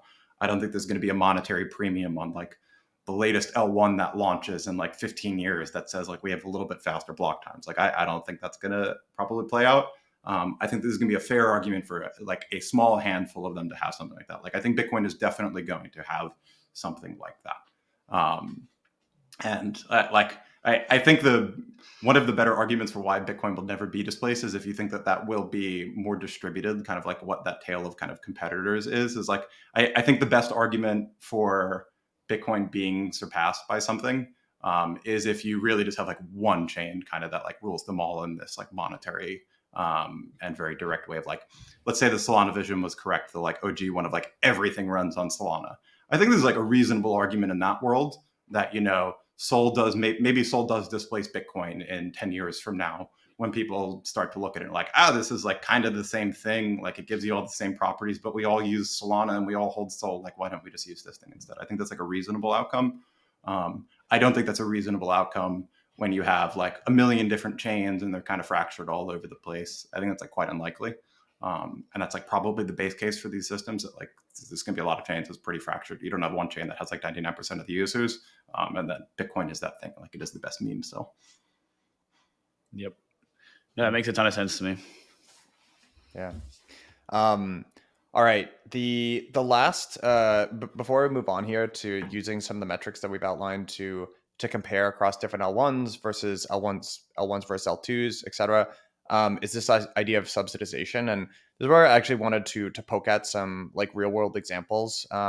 And actually, probably the most relevant one, or at least it's the only one that I'm able to think of at the current moment, is when people talk about like the delegation program that the Solana Foundation has, right? Where they're like, hey, it's more expensive to run a Solana validator, and so they've got this sort of matching or delegation program for, I don't have the details immediately, but they're paying out a good amount, per year to Solana validators, and people look at that and say, hey, in the example of, that you gave of company A and B that both sell widgets, and it's kind of the same thing, right? You're saying, well, actually, these Solana validators couldn't actually validate the network if it wasn't for this huge, external party, which is giving a bunch of SOL to validators so that they can be profitable, and therefore, it's not.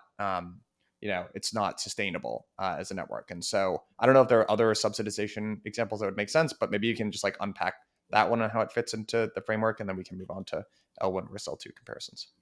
Yeah, so the Solana one is interesting, and I think a good example that gets to this point of, I think that people misuse the sustainability argument, quite frankly, of my understanding, if I remember correctly, for the Solana delegation program is their quote unquote like subsidization is that they have a lot of SOL, and if you want to start up as a validator that they approve of, they will delegate to you some predefined number of SOL. Let's say it's like, I don't know, 1,000 SOL, whatever, 1,000,000 SOL. That like they will just delegate to you a certain amount of SOL to kind of get you started, that you could charge your commission on top of, just so that like they're not like giving them money directly or giving them like SOL to keep. It is just that, if I'm charging a 5% commission and it costs me a certain amount of money each year to run it. Like I need to hit some minimum amount of stake before I'm like net profitable. And they kind of help kickstart a lot of people, just so that you can, like, particularly early on, just like help get more decentralized operators. You can more easily get over that hurdle as opposed to having to go out there and attract a bunch of stake. And that they're also weeding this program off over time. But yeah, that gets to the point of like, I think that you can argue that in practice today, like, helps the decentralization of the network, which, you could call security or whatever in some sense. But this very clearly, I mean, like, the network is fully sustainable in the sense that, like, they could yank this program tomorrow. Like, it's not like like Solana goes away or all these validators go away. Like, some of them probably go away on the margins that, didn't quite have enough stake to be profitable based on their commission rate in absence of like being granted this like larger delegation. But I mean, if you look at the network level as a whole, I mean, like, what does it cost to run the boxes? I mean, call it order of magnitude, like $20 million, $50 million, something like that. What's the REV of Solana on a given year right now? Network fees and MEV, it's like $1 billion a year plus. There's a whole lot more money than is needed to go around to literally pay the boxes and then return the excess value back to token holders. So the network is completely sustainable in that regard.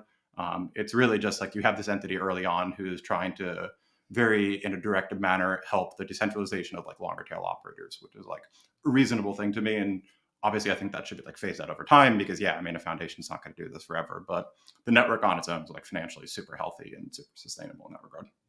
Yeah.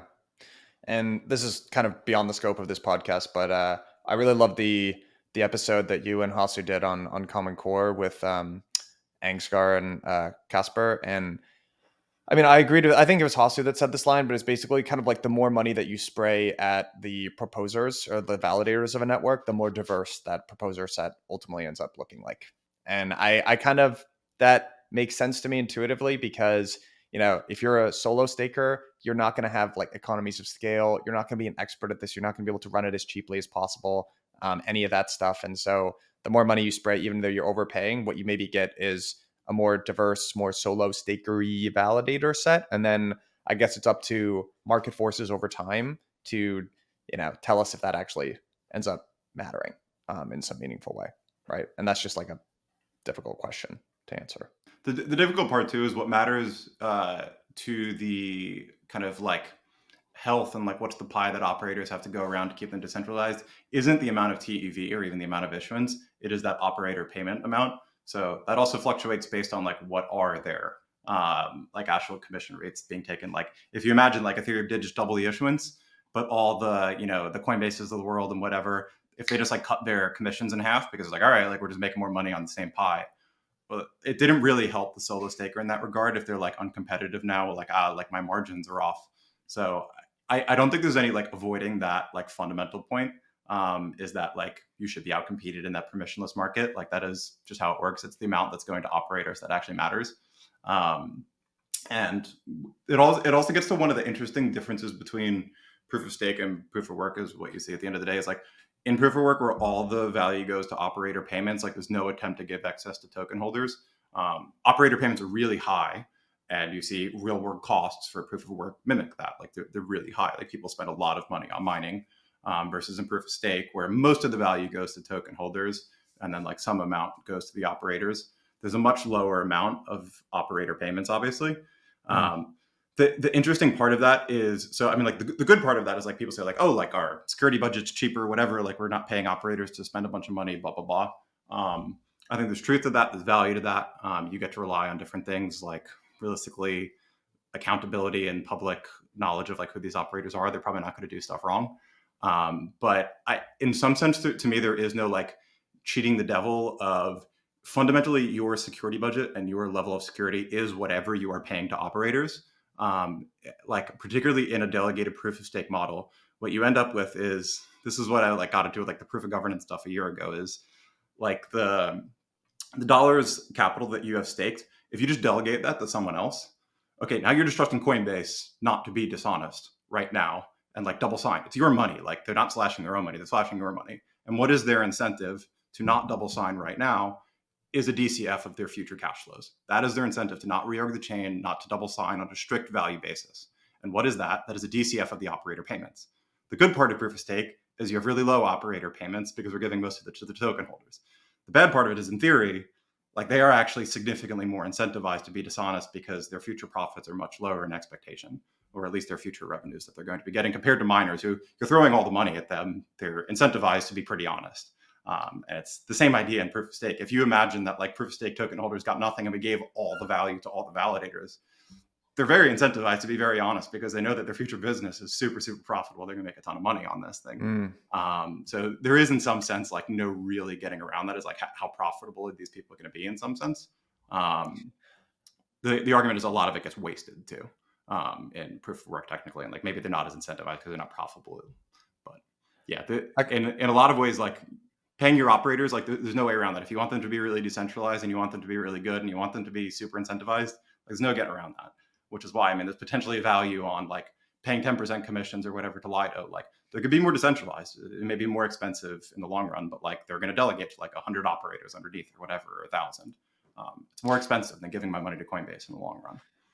Can I voice maybe this is a controversial opinion, but I actually wouldn't be surprised if over time staking ended up being a loss leader for businesses. I actually think you could make a pretty strong case that the cash flows for stakers basically disappears entirely in the future, and you could still have very secure networks. And so this would be like the idea that I would give you here. And I've heard Anatoly say this, and I completely agree. It's like if businesses, like a lot of this is through the lens of individual people spinning up a validator and then operating the network. I've always had an issue with that because I think people are lazy. This has been tried in the internet. And I've literally been working in crypto for 7 years. I love this industry. I'm going to work in this industry for the rest of my life. And if they outlawed crypto, I'd move, but I still don't run my own validator. And I just don't think other people will either. And so I ultimately see the validating entities of all of these networks on a long enough time horizon, not as individuals, but as companies, and maybe even eventually governments. And so I could imagine there are all these incentives actually for businesses to run validators today that feel small, but over time, I would imagine it gets much larger. Like there's a strong incentive actually for data businesses to run their own validator set, right? For a whole bunch of reasons. You want clean data that maybe you want to own the whole thing yourself. Maybe you want to own the entire data stack for IP reasons, whatever it is. If you're like a trading firm or if you run a DEX or something like that, you're running your own validator, right? On Solana, maybe it's like the way that they're a little bit more okay. I think maybe I don't want to speak for them, but like co-location-y type things, right? If you're running an MEV operation, like you are running your own validator set. Bitcoin is a little bit trickier to reason about. And this is where this is going to seem like a weird, crazy out there prediction. But the reason I'm not a Bitcoin fee truther is because I think if Bitcoin memes its way onto the balance sheet of like the United States and China and Japan and all this stuff, they're just going to mine at a loss. They'll just mine it at a loss. And what's going to keep you secure is that you've got different companies operating mining sets. And there's this weird game theory around that. So I don't know. I would just challenge people to think that the future is the future is bizarre. And if you get like rigidly stuck into this, like, well, everyone's going to act like a rational economic actor, I think you're going to miss some stuff. But what do you guys think about that idea that eventually like validators might do it as a loss leader? Yeah, I at least for proof of stake, I don't know that they will need to do it as a loss leader. You're starting to see early signs of that, at least on Solana, where a lot of businesses, whether it's like RPC businesses or trading businesses, they do have artificially low commissions because they do make money off of it elsewhere. So that is very possible. It's interesting to think about it because it's actually the exact opposite of how it works today at a company like Coinbase or whatever. Is there other businesses are loss leaders because staking is so profitable? You know, it's like you burn money on RPCs so that you can make, those 10% commissions on validation because it's so profitable, which is interesting. It's plausible that it goes the other way. If it does in proof of stake, it's for those reasons of like there's utility in being a validator. And, whether that's, trying to promote the rest of your business, you're a trading firm, whatever you want to attract the stake. And try to eke that out at the end. The proof of work one, I agree.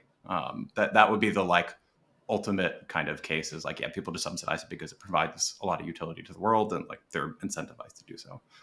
Which is also why I don't actually think these like strict DCFs of like, what is the security budget, blah, blah, blah. Like Coinbase is not going to double sign because like we know who they are. And like, I don't know, it's like probably illegal to do that. Like, we don't really know if it's illegal, but like they're not going to do that. We don't actually have to worry about like literally what is the dollar operator payment to most of these people. I think it is a more fair argument in proof of work because there is less of this reputation and cryptographically provable, like, hey, this person double signed, blah, blah, blah. But there's probably more incentive for that kind of thing, particularly with Bitcoin too. Yeah, I almost take the other side, funny enough, just because like nation states mining at a loss is like, okay, that's like the final boss, right? If that's where we end up, I mean, my God, like I think we're all rejoicing, but the hurdle to get there is, I mean, actually, who knows? Maybe the hurdle is another 30 days until the election because that's apparently the direction we're headed. So I don't know. It's just harder for me to, I can very much visualize how you'll run a validator, cost of goods sold, the income statement. If it's still, green at the bottom, we're good. Right. But if I'm going to mine at a loss, maybe I should just sell this fucking thing. I don't know. It just doesn't sit there with me. It's a weird sci-fi future, right? Like, I don't know. I have no idea, but this is something that I could imagine happening, right? And ultimately, like, people love to say this, right? Like, what crypto networks do is they coordinate different stakeholders, right? It's a new design space for coordinating. And people had a very kind of myopic definition of what that coordination was supposed to look like. And again, I just think the future is weird. You tend to overestimate what you can do in 1 year, underestimate what you can do in 10 or 20 and how different things are going to look. And it's impossible to predict that. I'm not going to try, but like that would be in the range of, this like broad spectrum of possibilities that could end up happening. All right. I want to take us back to the here and now. And I want to start to use some examples of how can we like look at, all right. So I'm this like TradFi investor, right? I'm coming in here. I worked at a private equity fund and I know my metrics and et cetera. And I'm trying to get a sense of how do I look at, REV across like different L1s versus maybe even L2s. Why don't we actually start with the L1 versus L2 comparison? Because, for me, L2s are, I'm 100% bought into this idea that, when you look at an L1, this thing doesn't even look like a company. It is a network. You can create different P&Ls for different sets of stakeholders, but creating a P&L for this one thing just makes no sense. L2s look a little bit more company-like to me, right? It's kind of like, okay, it's like a company that's running a box and, people submit transactions to that box, and they're really the ones that's operating everything, and the profits kind of go to them. It goes to a DAO, but whatever, it's them, and it looks a little bit more company-like. So, John, can you just like walk us through like how should we think about applying some of these metrics like REV, net income across like L1s versus L2s? Yeah, most of it ends up looking the same, whether you're looking at like Solana, Ethereum versus an L2. The thing that ends up being nice and different is that it generally looks much simpler. In that these L2s tend not to have inflation and issuance rewards. And this gets to the point of like, a lot of people argue that like, oh, L2s are these magical things and like they are so profitable because they don't need like issuance and blah, blah, blah, and like all of that. I think that's completely incorrect. I think that there are like slight economic differences between them, but they're not these like magical things. Like they just don't have stakers. You are trusting a centralized entity. And okay, cool. Like that is a difference. If you wanted a decentralized entity, you would end up with the same like type of proof of stake stuff. If you wanted a decentralized operator set, and you wanted to have some like crypto economic security, like you give them some stake, you end up with issuance, you end up with the fees going between them, like it ends up looking the same, which is fine because issuance is not a cost to begin with, as a lot of those people will argue. It's usually those arguments go together. But the operator payments line item just ends up usually looking a little bit different, as opposed to it being for an L1, what that ends up looking as like the fees all go directly to you, and then some percent goes out to your own operators for your chain, like the Solana validators, the Solana MEV infrastructure. For an L2 that's posting its data somewhere else, those operator payments just kind of get grouped together and thrown to the other layer. Your operator payments, as opposed to paying like my operators, there's some amount of that because the sequencer needs to capture some profit to run their like even just their centralized box, like that costs money. Most of those like literal physical operator payments are just going to someone else's operators. You're just like paying the Ethereum operators or the Solana operators, like wherever you're throwing all your data. Like it's the same idea though. Like they are validators, they are running the boxes. They are going to charge you some amount of money for the service that they are providing, which in theory should end up looking like, what does it cost to run those boxes plus or minus some like amount of profit. The best argument for why that would be better in some ways would be that like, if you think that that's going to be artificially cheaper, I guess in some ways of like, it's going to be cheaper for me to pay the Ethereum operators or the Solana operators or whatever. I just like throw all my data there, as opposed to having my own operator set who has to, I mean, like in theory, they have to have like somewhat like better hardware because now they have to execute all the data. So we're increasing the replication of people who need to execute the data, not just actually replicate and send the data around. So in theory, like you have less people who need to do that you need to pay for. I don't think that's a big deal. The other part of it is that in practice, it ends up getting subsidized today. What are the data costs? That is what it at least looks like on Ethereum and on Celestia and some other places where the cost that you're paying to throw data on that thing is probably actually cheaper than like literally what is the cost for all of these validators on that network. To be like literally just paying the bandwidth costs of sending this data around is probably cheaper to throw the data on there right now when the base fee is like effectively just zero. So if you have something that's subsidizing your costs in that way, like that is potentially like it's economically valuable to do that. It's not clear that that is economically sustainable for those base layers to be subsidizing these things long term.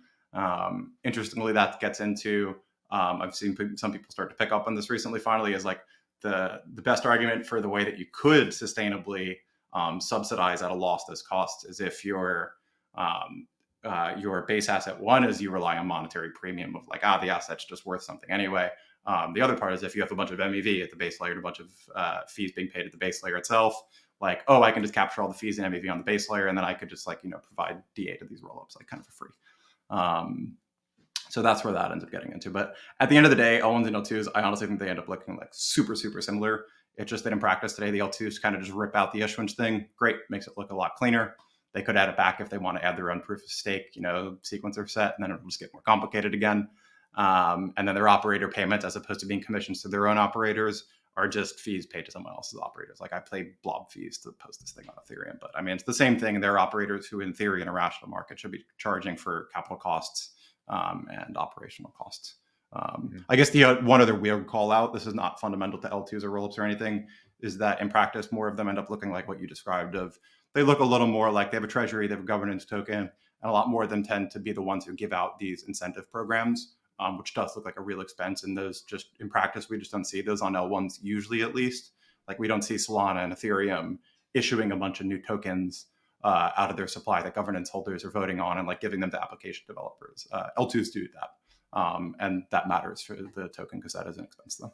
So that, and I just want to underline again that for people, because again, if what we're saying here is that REV is this metric that you can use across different L1s and L2s to compare them, one alarm bell that might go off is like, hold on a second, because there are lots of L2s that give out, not necessarily in a bad way, right? It's just a strategy. It's just like, but even Arbitrum, something like the LTIP or STIP incentive programs, like you basically are giving away a whole bunch of tokens, and that actually impacts the REV. And so you can, if you're only looking at something like REV, then you can actually use this metric that doesn't get picked up, which is inflation, although that's not how we're going to end up classifying. So it would impact the net income, not the REV. The net, right? Yeah. Right. So it's the same thing as like a startup, which is, raised hundreds of millions of dollars, and they've got an ARR which has grown at 100% or 200% a year. But like when you look at the bottom line, it's like, woof, that does not look particularly good, right? So you just as an investor have to figure out whether or not that matters to you. And the other point, because I just want to make sure we get through as many like tropes that you hear people say in crypto Twitter as possible, is this kind of L2s are much more profitable than L1s. I think you would push back against that, right? Because ultimately at the end of the day, it's like you're still having to pay some operator set to run these boxes. Yeah, right? People are arguing that because of this idea of if you treat issuance as a cost is the real reason why people say it's way more profitable. It's if you subscribe to the two equations, which are ridiculous, of either profit equals fees minus issuance or profit equals burn minus issuance. But fundamentally taking out issuance as an expense, all of it makes no sense. And it is interesting that they are actually all deeply far more unprofitable than the L1s by the metrics, which I am saying because they tend to have much higher expenses because the inflation being paid to token holders is not a net income expense. But the token inflation that you're just paying out to random people absolutely is an expense, and those tend to surpass the REV that they are getting. So it is probably not a surprise why a lot of, I would say, more Ethereum rollup L2 centric will argue that issuance is a cost. That makes L2s and low inflation chains look rather good, as opposed to, I would say, the more simple reality, which is how much are people paying to use your chain?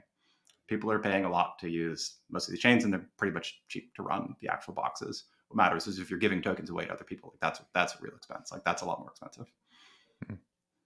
You know what I would compare this to a little bit, because I have a bugaboo about B2B SaaS and how it gets valued as businesses in general. It's like there's some, people love software because there's extremely high gross margins, right? And so people look at that and say, hey, that's good, right? Like the fundamentals of this business are really strong.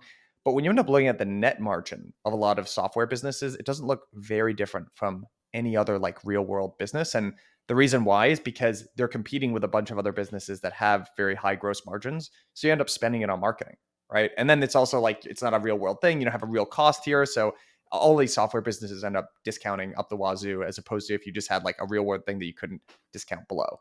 And so, I don't know. That's just me complaining because I hate that as a dynamic, but the world has decided this is how we're going to value these businesses. But there is like, you can't escape, the reality of net income in general.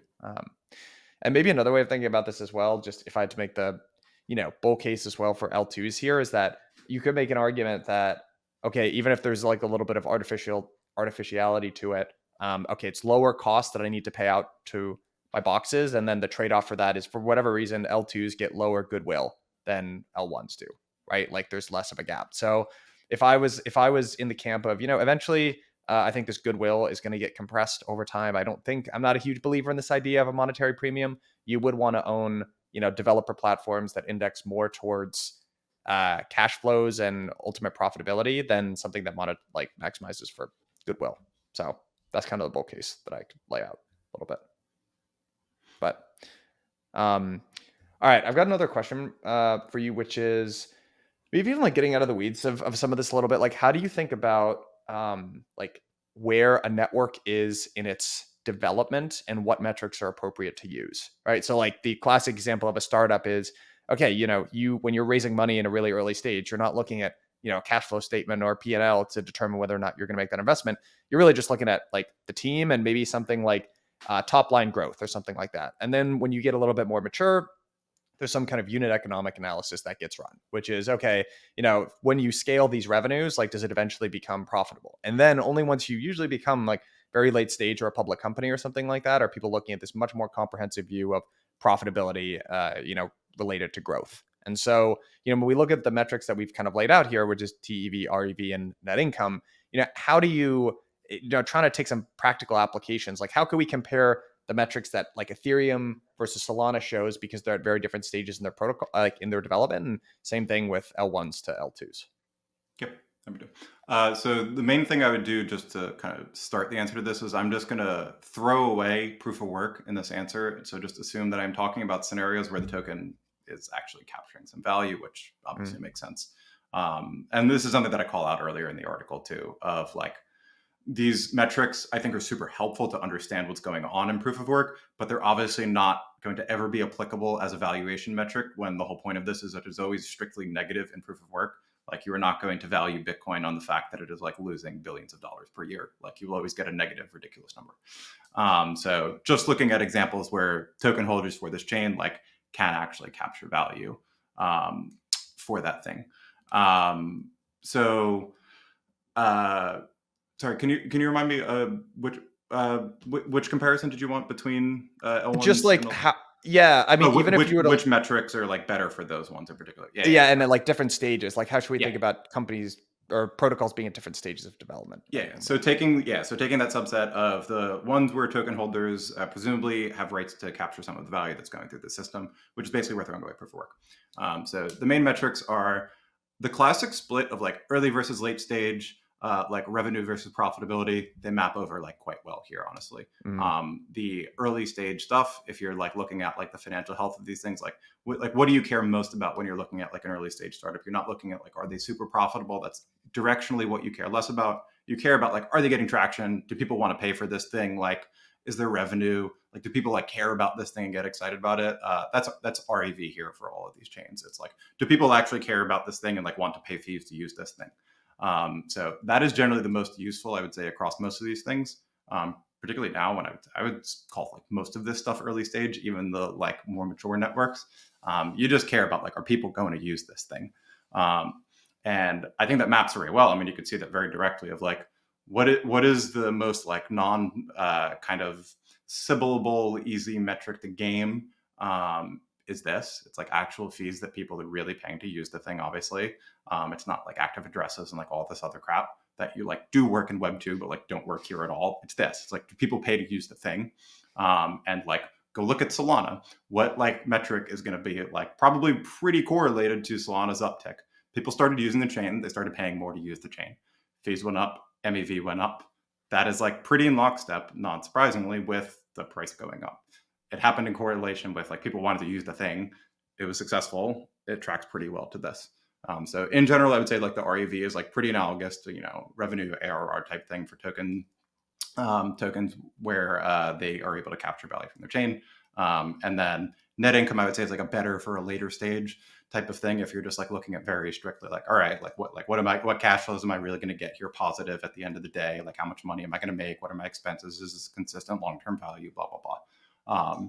And this gets to the point of where like I was pointing out, like, I think that people underrate the fact that these L2s printing a bunch of money is like a serious expense that people are just like not treating as a real expense, but we treat proof of stake inflation as an expense when it's kind of the exact opposite way around. Well, I think that is important to understand. It is also important to understand that these are effectively early stage startups, which like, all right, like it's probably fine that they're burning money. People aren't, going to these like AI startups because they think that they're super profitable right now. It's because like, they'll be profitable at some point in the future. It's the same kind of idea here. It's like, it's okay if they're like subsidizing early on and, we're operating at some level of a loss because equity holders, token holders, like they're excited about the business in the long term. We'll pare back these incentives over time and then we'll have the users to make money. That is the more, I would say, like later stages, like looking at that.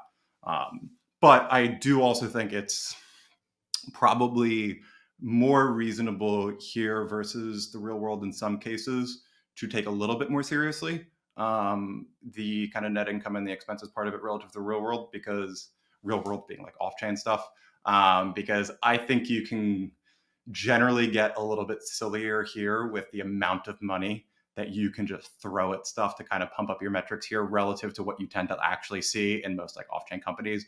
They're not just going to like all of a sudden go throw $1 billion at users like we voted to go throw all this money at users.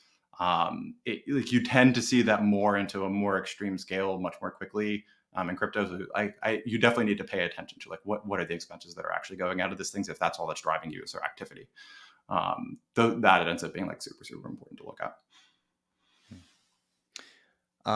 What do you think this is? All right, so this is another debate that always ends up cropping up, which is, would you, when you're looking to compare something like Ethereum versus Solana, would you include, do you start to look at REV of Ethereum plus its L2s, or do you just look at like ETH versus each L2 as its own separate different thing? No, the people who say the L2s Arbitrum is Ethereum and Optimism is Ethereum, it's ridiculous. So no, I definitely don't. I think it is like reasonable to do that at network level metrics that are actually going through the L1. Like if you want to take, say what is the TPS of all of the chains that are both Ethereum L1 and that are using blob data, I think that's like a reasonable metric. Like that is like an actual useful thing. They're like, all right, this is what these operators are providing. It results in this much TPS because we're doing X amount of bandwidth. Totally reasonable thing. Looking at the like, people are paying a bunch of money to use Base, that should make ETH more valuable, is just like an incredible amount of cope. There's definitely like really no tracking there. I think that the more realistic vision that Ethereum should and probably does care more about is like, I think that Ethereum in general is, with the L2 roadmap, accepting the trade-off and taking the bet that this whole like monetary premium thing actually is real and probably sustainable long-term.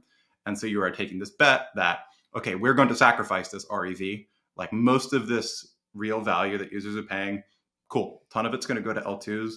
We're taking the bet that on the margin, a lot of them are going to use a lot of ETH, which in practice, at least so far today, is like generally true, that like most of these L2s are pretty ETH denominated, ETH heavy. We're going to get ETH in everyone's hands. And then like, we're going to win the kind of money game. It's not like a cash flow game. We just need enough cash flows to kind of keep the general financial balances of the L1 like reasonable. Like we got enough money to like pay the operators without some crazy inflation that makes you not want to hold the ETH, like keep it pretty flat. And then we do the whole like money meme and then like ETH goes everywhere. I think that's the reasonable bet that people are making. But yeah, extrapolating the kind of like financial metrics of the L2s and like pumping them into like the value of ETH, I definitely don't think ends up holding up. Of the different components of REV, so you've got MEV there and then network fees, which of those do you envision being more durable over time?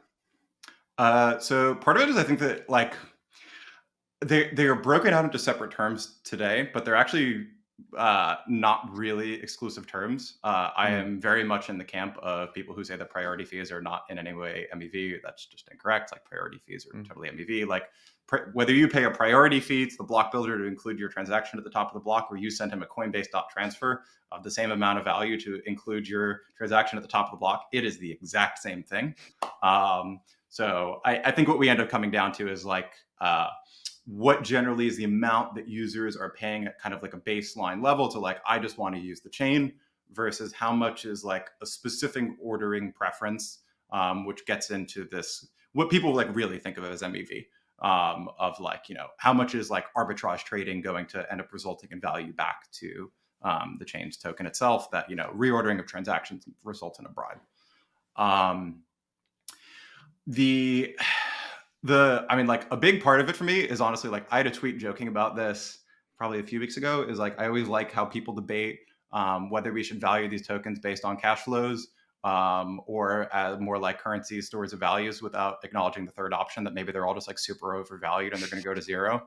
I think that there is a very reasonable argument that both of them will go to zero. So I will put that out there at the first part of it, not like actually go to zero, but that in expectation, they will never justify the values that we actually see today. I think that is a very reasonable scenario, which I do want to like put out there as like a start.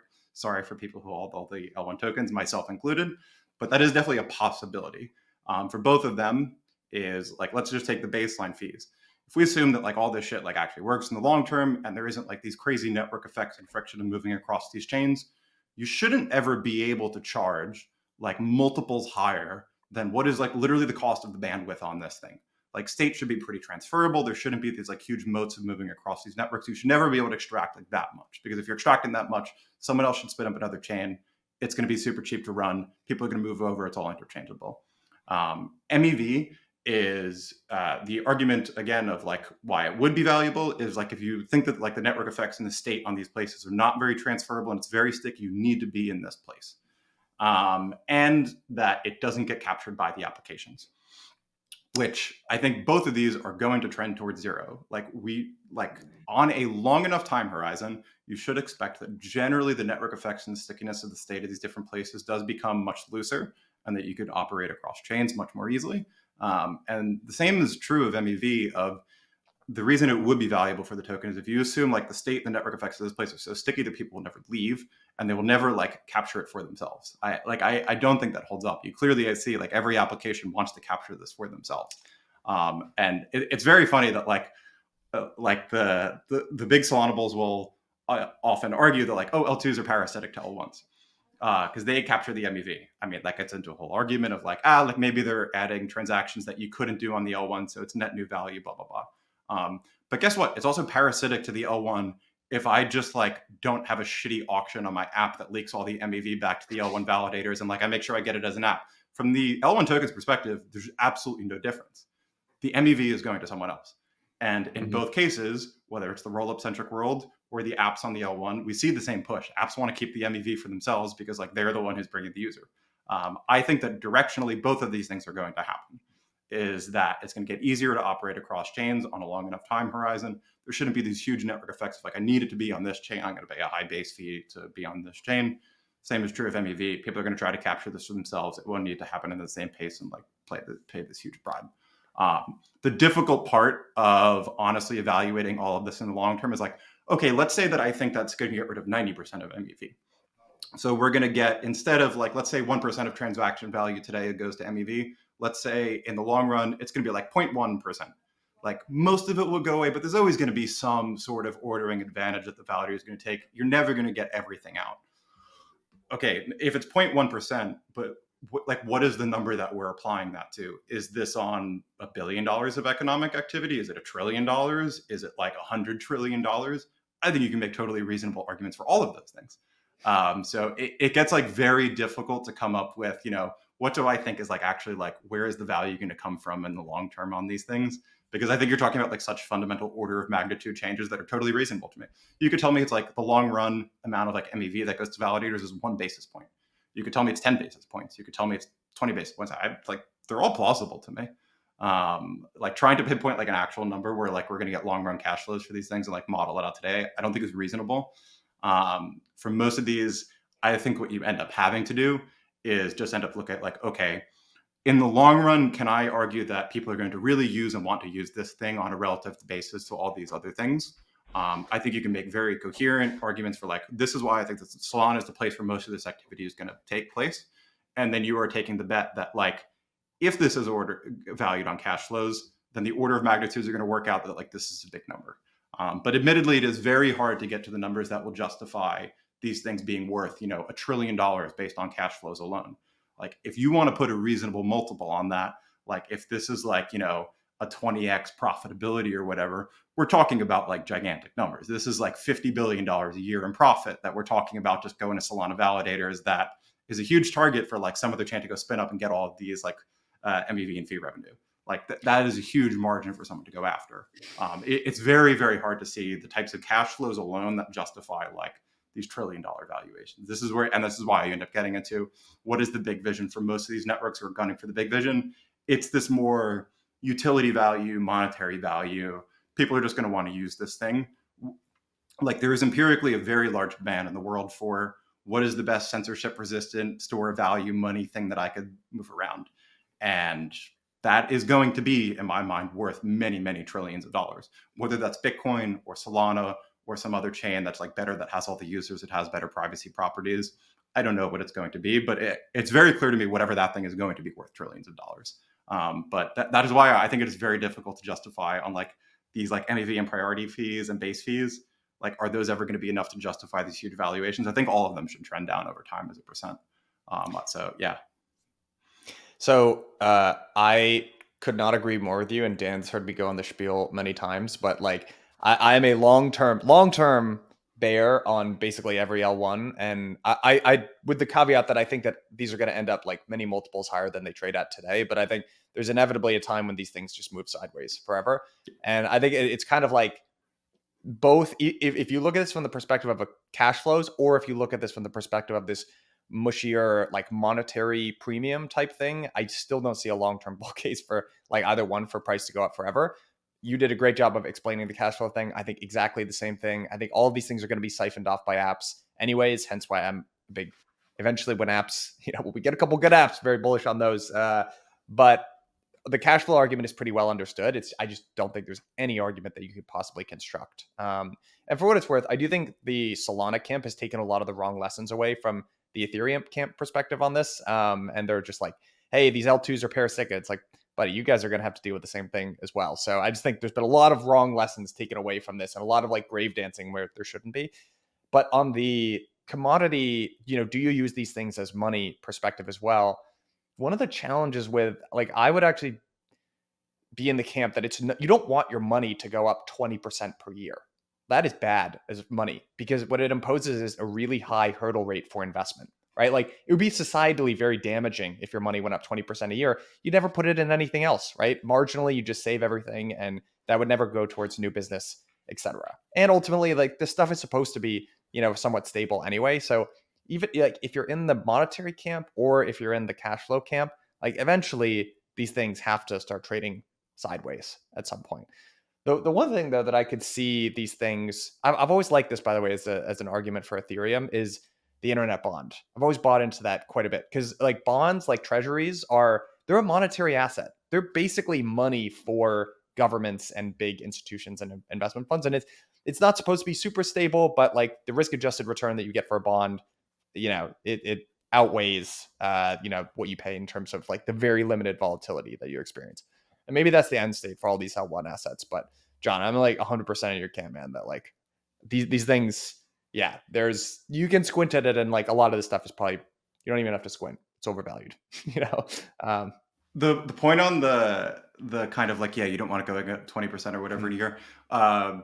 Part of what you said was whether that's the cash flow or the commodity direction, like you need to kind of like address that thing. I think this is actually one of the better arguments for Bitcoin and proof of work and all the commodity like stuff is it's that like completely seriously, it's the like meme from Silicon Valley where he's like, no, like revenue, like why would you go after revenue? Like once you have revenue, then they want more revenue. Like you want to be a pure play. I honestly, that is a legitimately very good argument for Bitcoin and proof of work as this like better way to get the store of value thing. No one is attempting to value Bitcoin on like the profitability of this thing. Even if for people who are like arguing about like, like what are the cash flows going to be for Solana in, 10 years? Like, is it going to be 100 billion? Is it going to be 50 billion? Like, is it going to be enough to justify the valuation? That is like always fundamentally going to be a question. There's always going to be competitors who are like, we're going to do even more. Like, this is even more profitable. This is better. Like, there's always going to be that argument of people fighting over like, the issuance should be this. Like, we're getting all these fees.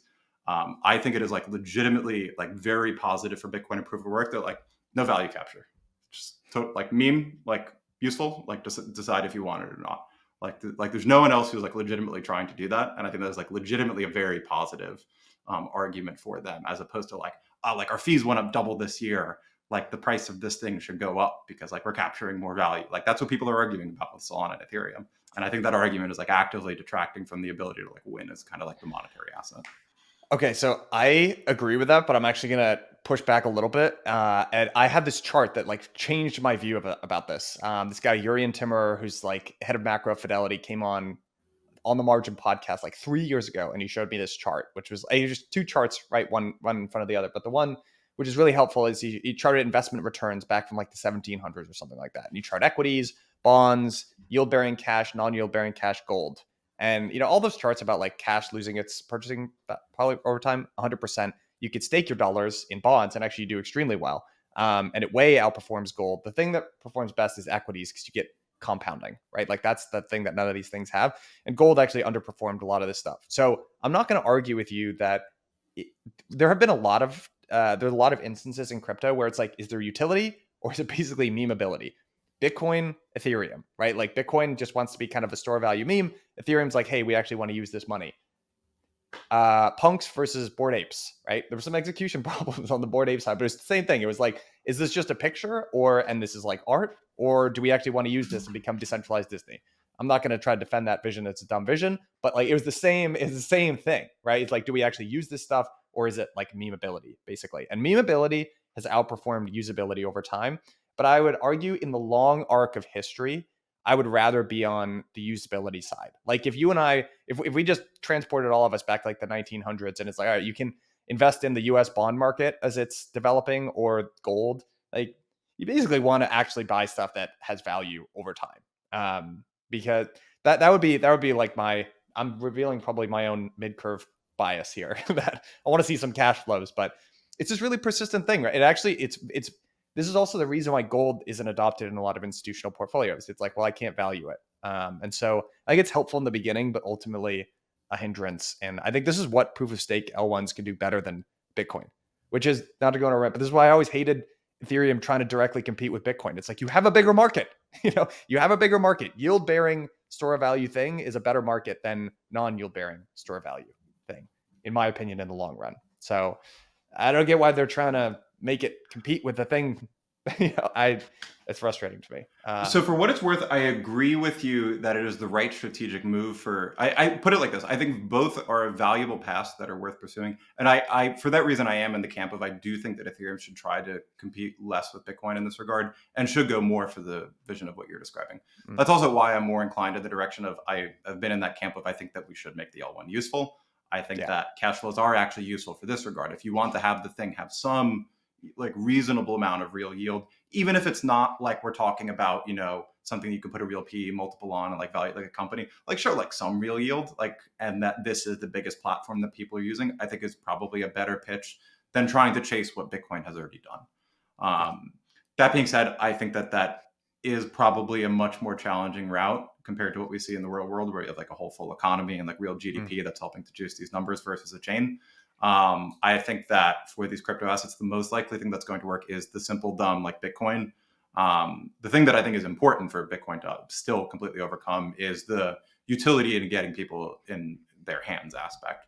Like, I don't think that Bitcoin will ever fulfill its vision if you don't get like relatively trust minimized scaling and privacy.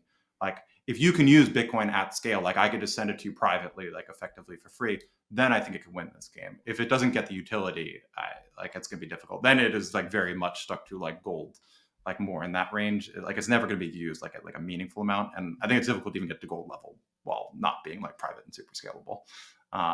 But yeah, for the Ethereum and these other chains, I do agree that they should go this route of trying to be like, we're this like productive money. Like we have an economy with like real GDP that like helps our yields effectively.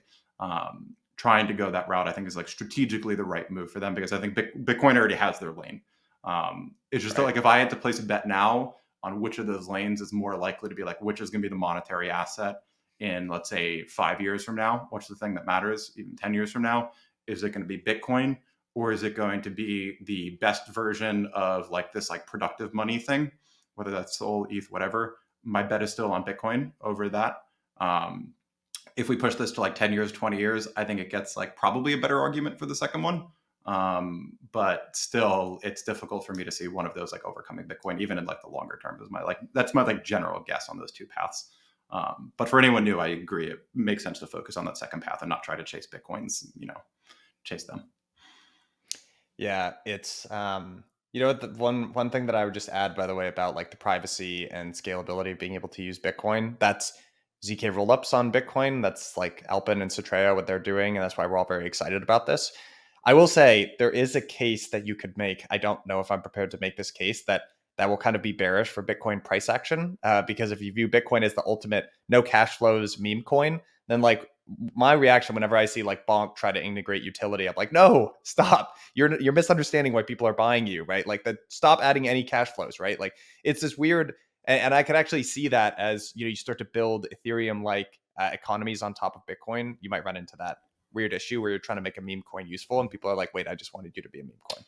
So the important thing is it's not the cash flows on those. Like, all that I think that Bitcoin needs in cash flows is whatever is enough cash flows to make sure that the chain is like secure enough, or people are just willing to operate at a loss in the extreme scenario of what you paid for like governments, whatever. Other than that, like, I hope rollups take all the revenue.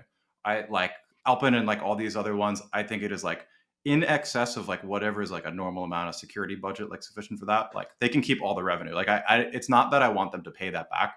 I think the utility is valuable and that people can use the thing. It's not that any of that like cash flow is going back to Bitcoin. It's the fact that like I can send you dollars, and it's harder for me to send you Bitcoin, and I can't do it in a private way right now.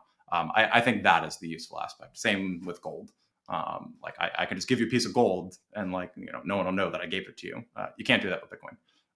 And so I think that those are super important just to make it more usable, but not to send more cash flows back to the asset. Yeah, because I mean, none of it goes back to the asset, which is I think a good thing. Yeah. All right, guys, we've gone over 2 hours here. I think we have. I think we've probably captured most of the important points, John, of this this piece that you've created. But do you have any closing thoughts, like any sort of conclusions for people? I know part of the motivation for writing this post was, hey, there are a lot of ships passing in the night here, and people aren't using metrics, and it's causing them to say silly things like XYZ network isn't sustainable, or L2s are more profitable, or whatever. So I guess if you want to just tie this whole conversation in a bow, what do you hope comes out of this? My general hope is just honestly that we move towards like what is the real world? What does TradFi look like? Like, I'm not saying that all of these assets map to TradFi, but I think we should map to the aspect of they have useful terms that everyone agrees on and like knows what we are talking about, and we compare these things to each other. Like, that is just a generally useful concept that we completely lack today, which is like very surprising, and I think like does make it really difficult to assess these things. So I think that we do need to like get better at trying to do stuff like this of like, what are just some very reasonable, simple things that we can use? Like, I can calculate this, I can compare these networks to each other, these tokens to each other, and I can understand like what's going on and make a more informed decision of whether that's like, do I think the token price is going to go up? Do I think this thing is going to be secure in the long run? Do I think people are going to keep using this? Like, to make more informed decisions and compare these things. Really, it's all in that direction. And for people who will think that is semantics, so what? Accounting is semantics. Like that's kind of how it works. Like this is like low level stuff, but like that's kind of what we need to do to be able to compare these things well and make it useful. Well, this was a ton of fun. And yeah, for listeners who have made it this far and still stuck around with us, I would highly recommend that we covered some of the, the important points of the post, but I would highly recommend that you read the post as well. We've linked it in the show notes, so go and give it a read. And yeah, John, we're looking. It's always great. It's a pleasure when you take the time to write. The whole industry reads it, I feel like. So thanks for writing this and coming on the show and breaking it down with us. Yeah, this was a ton of fun. Thanks for having me on. Awesome. Cheers, Sean. Cheers, guys.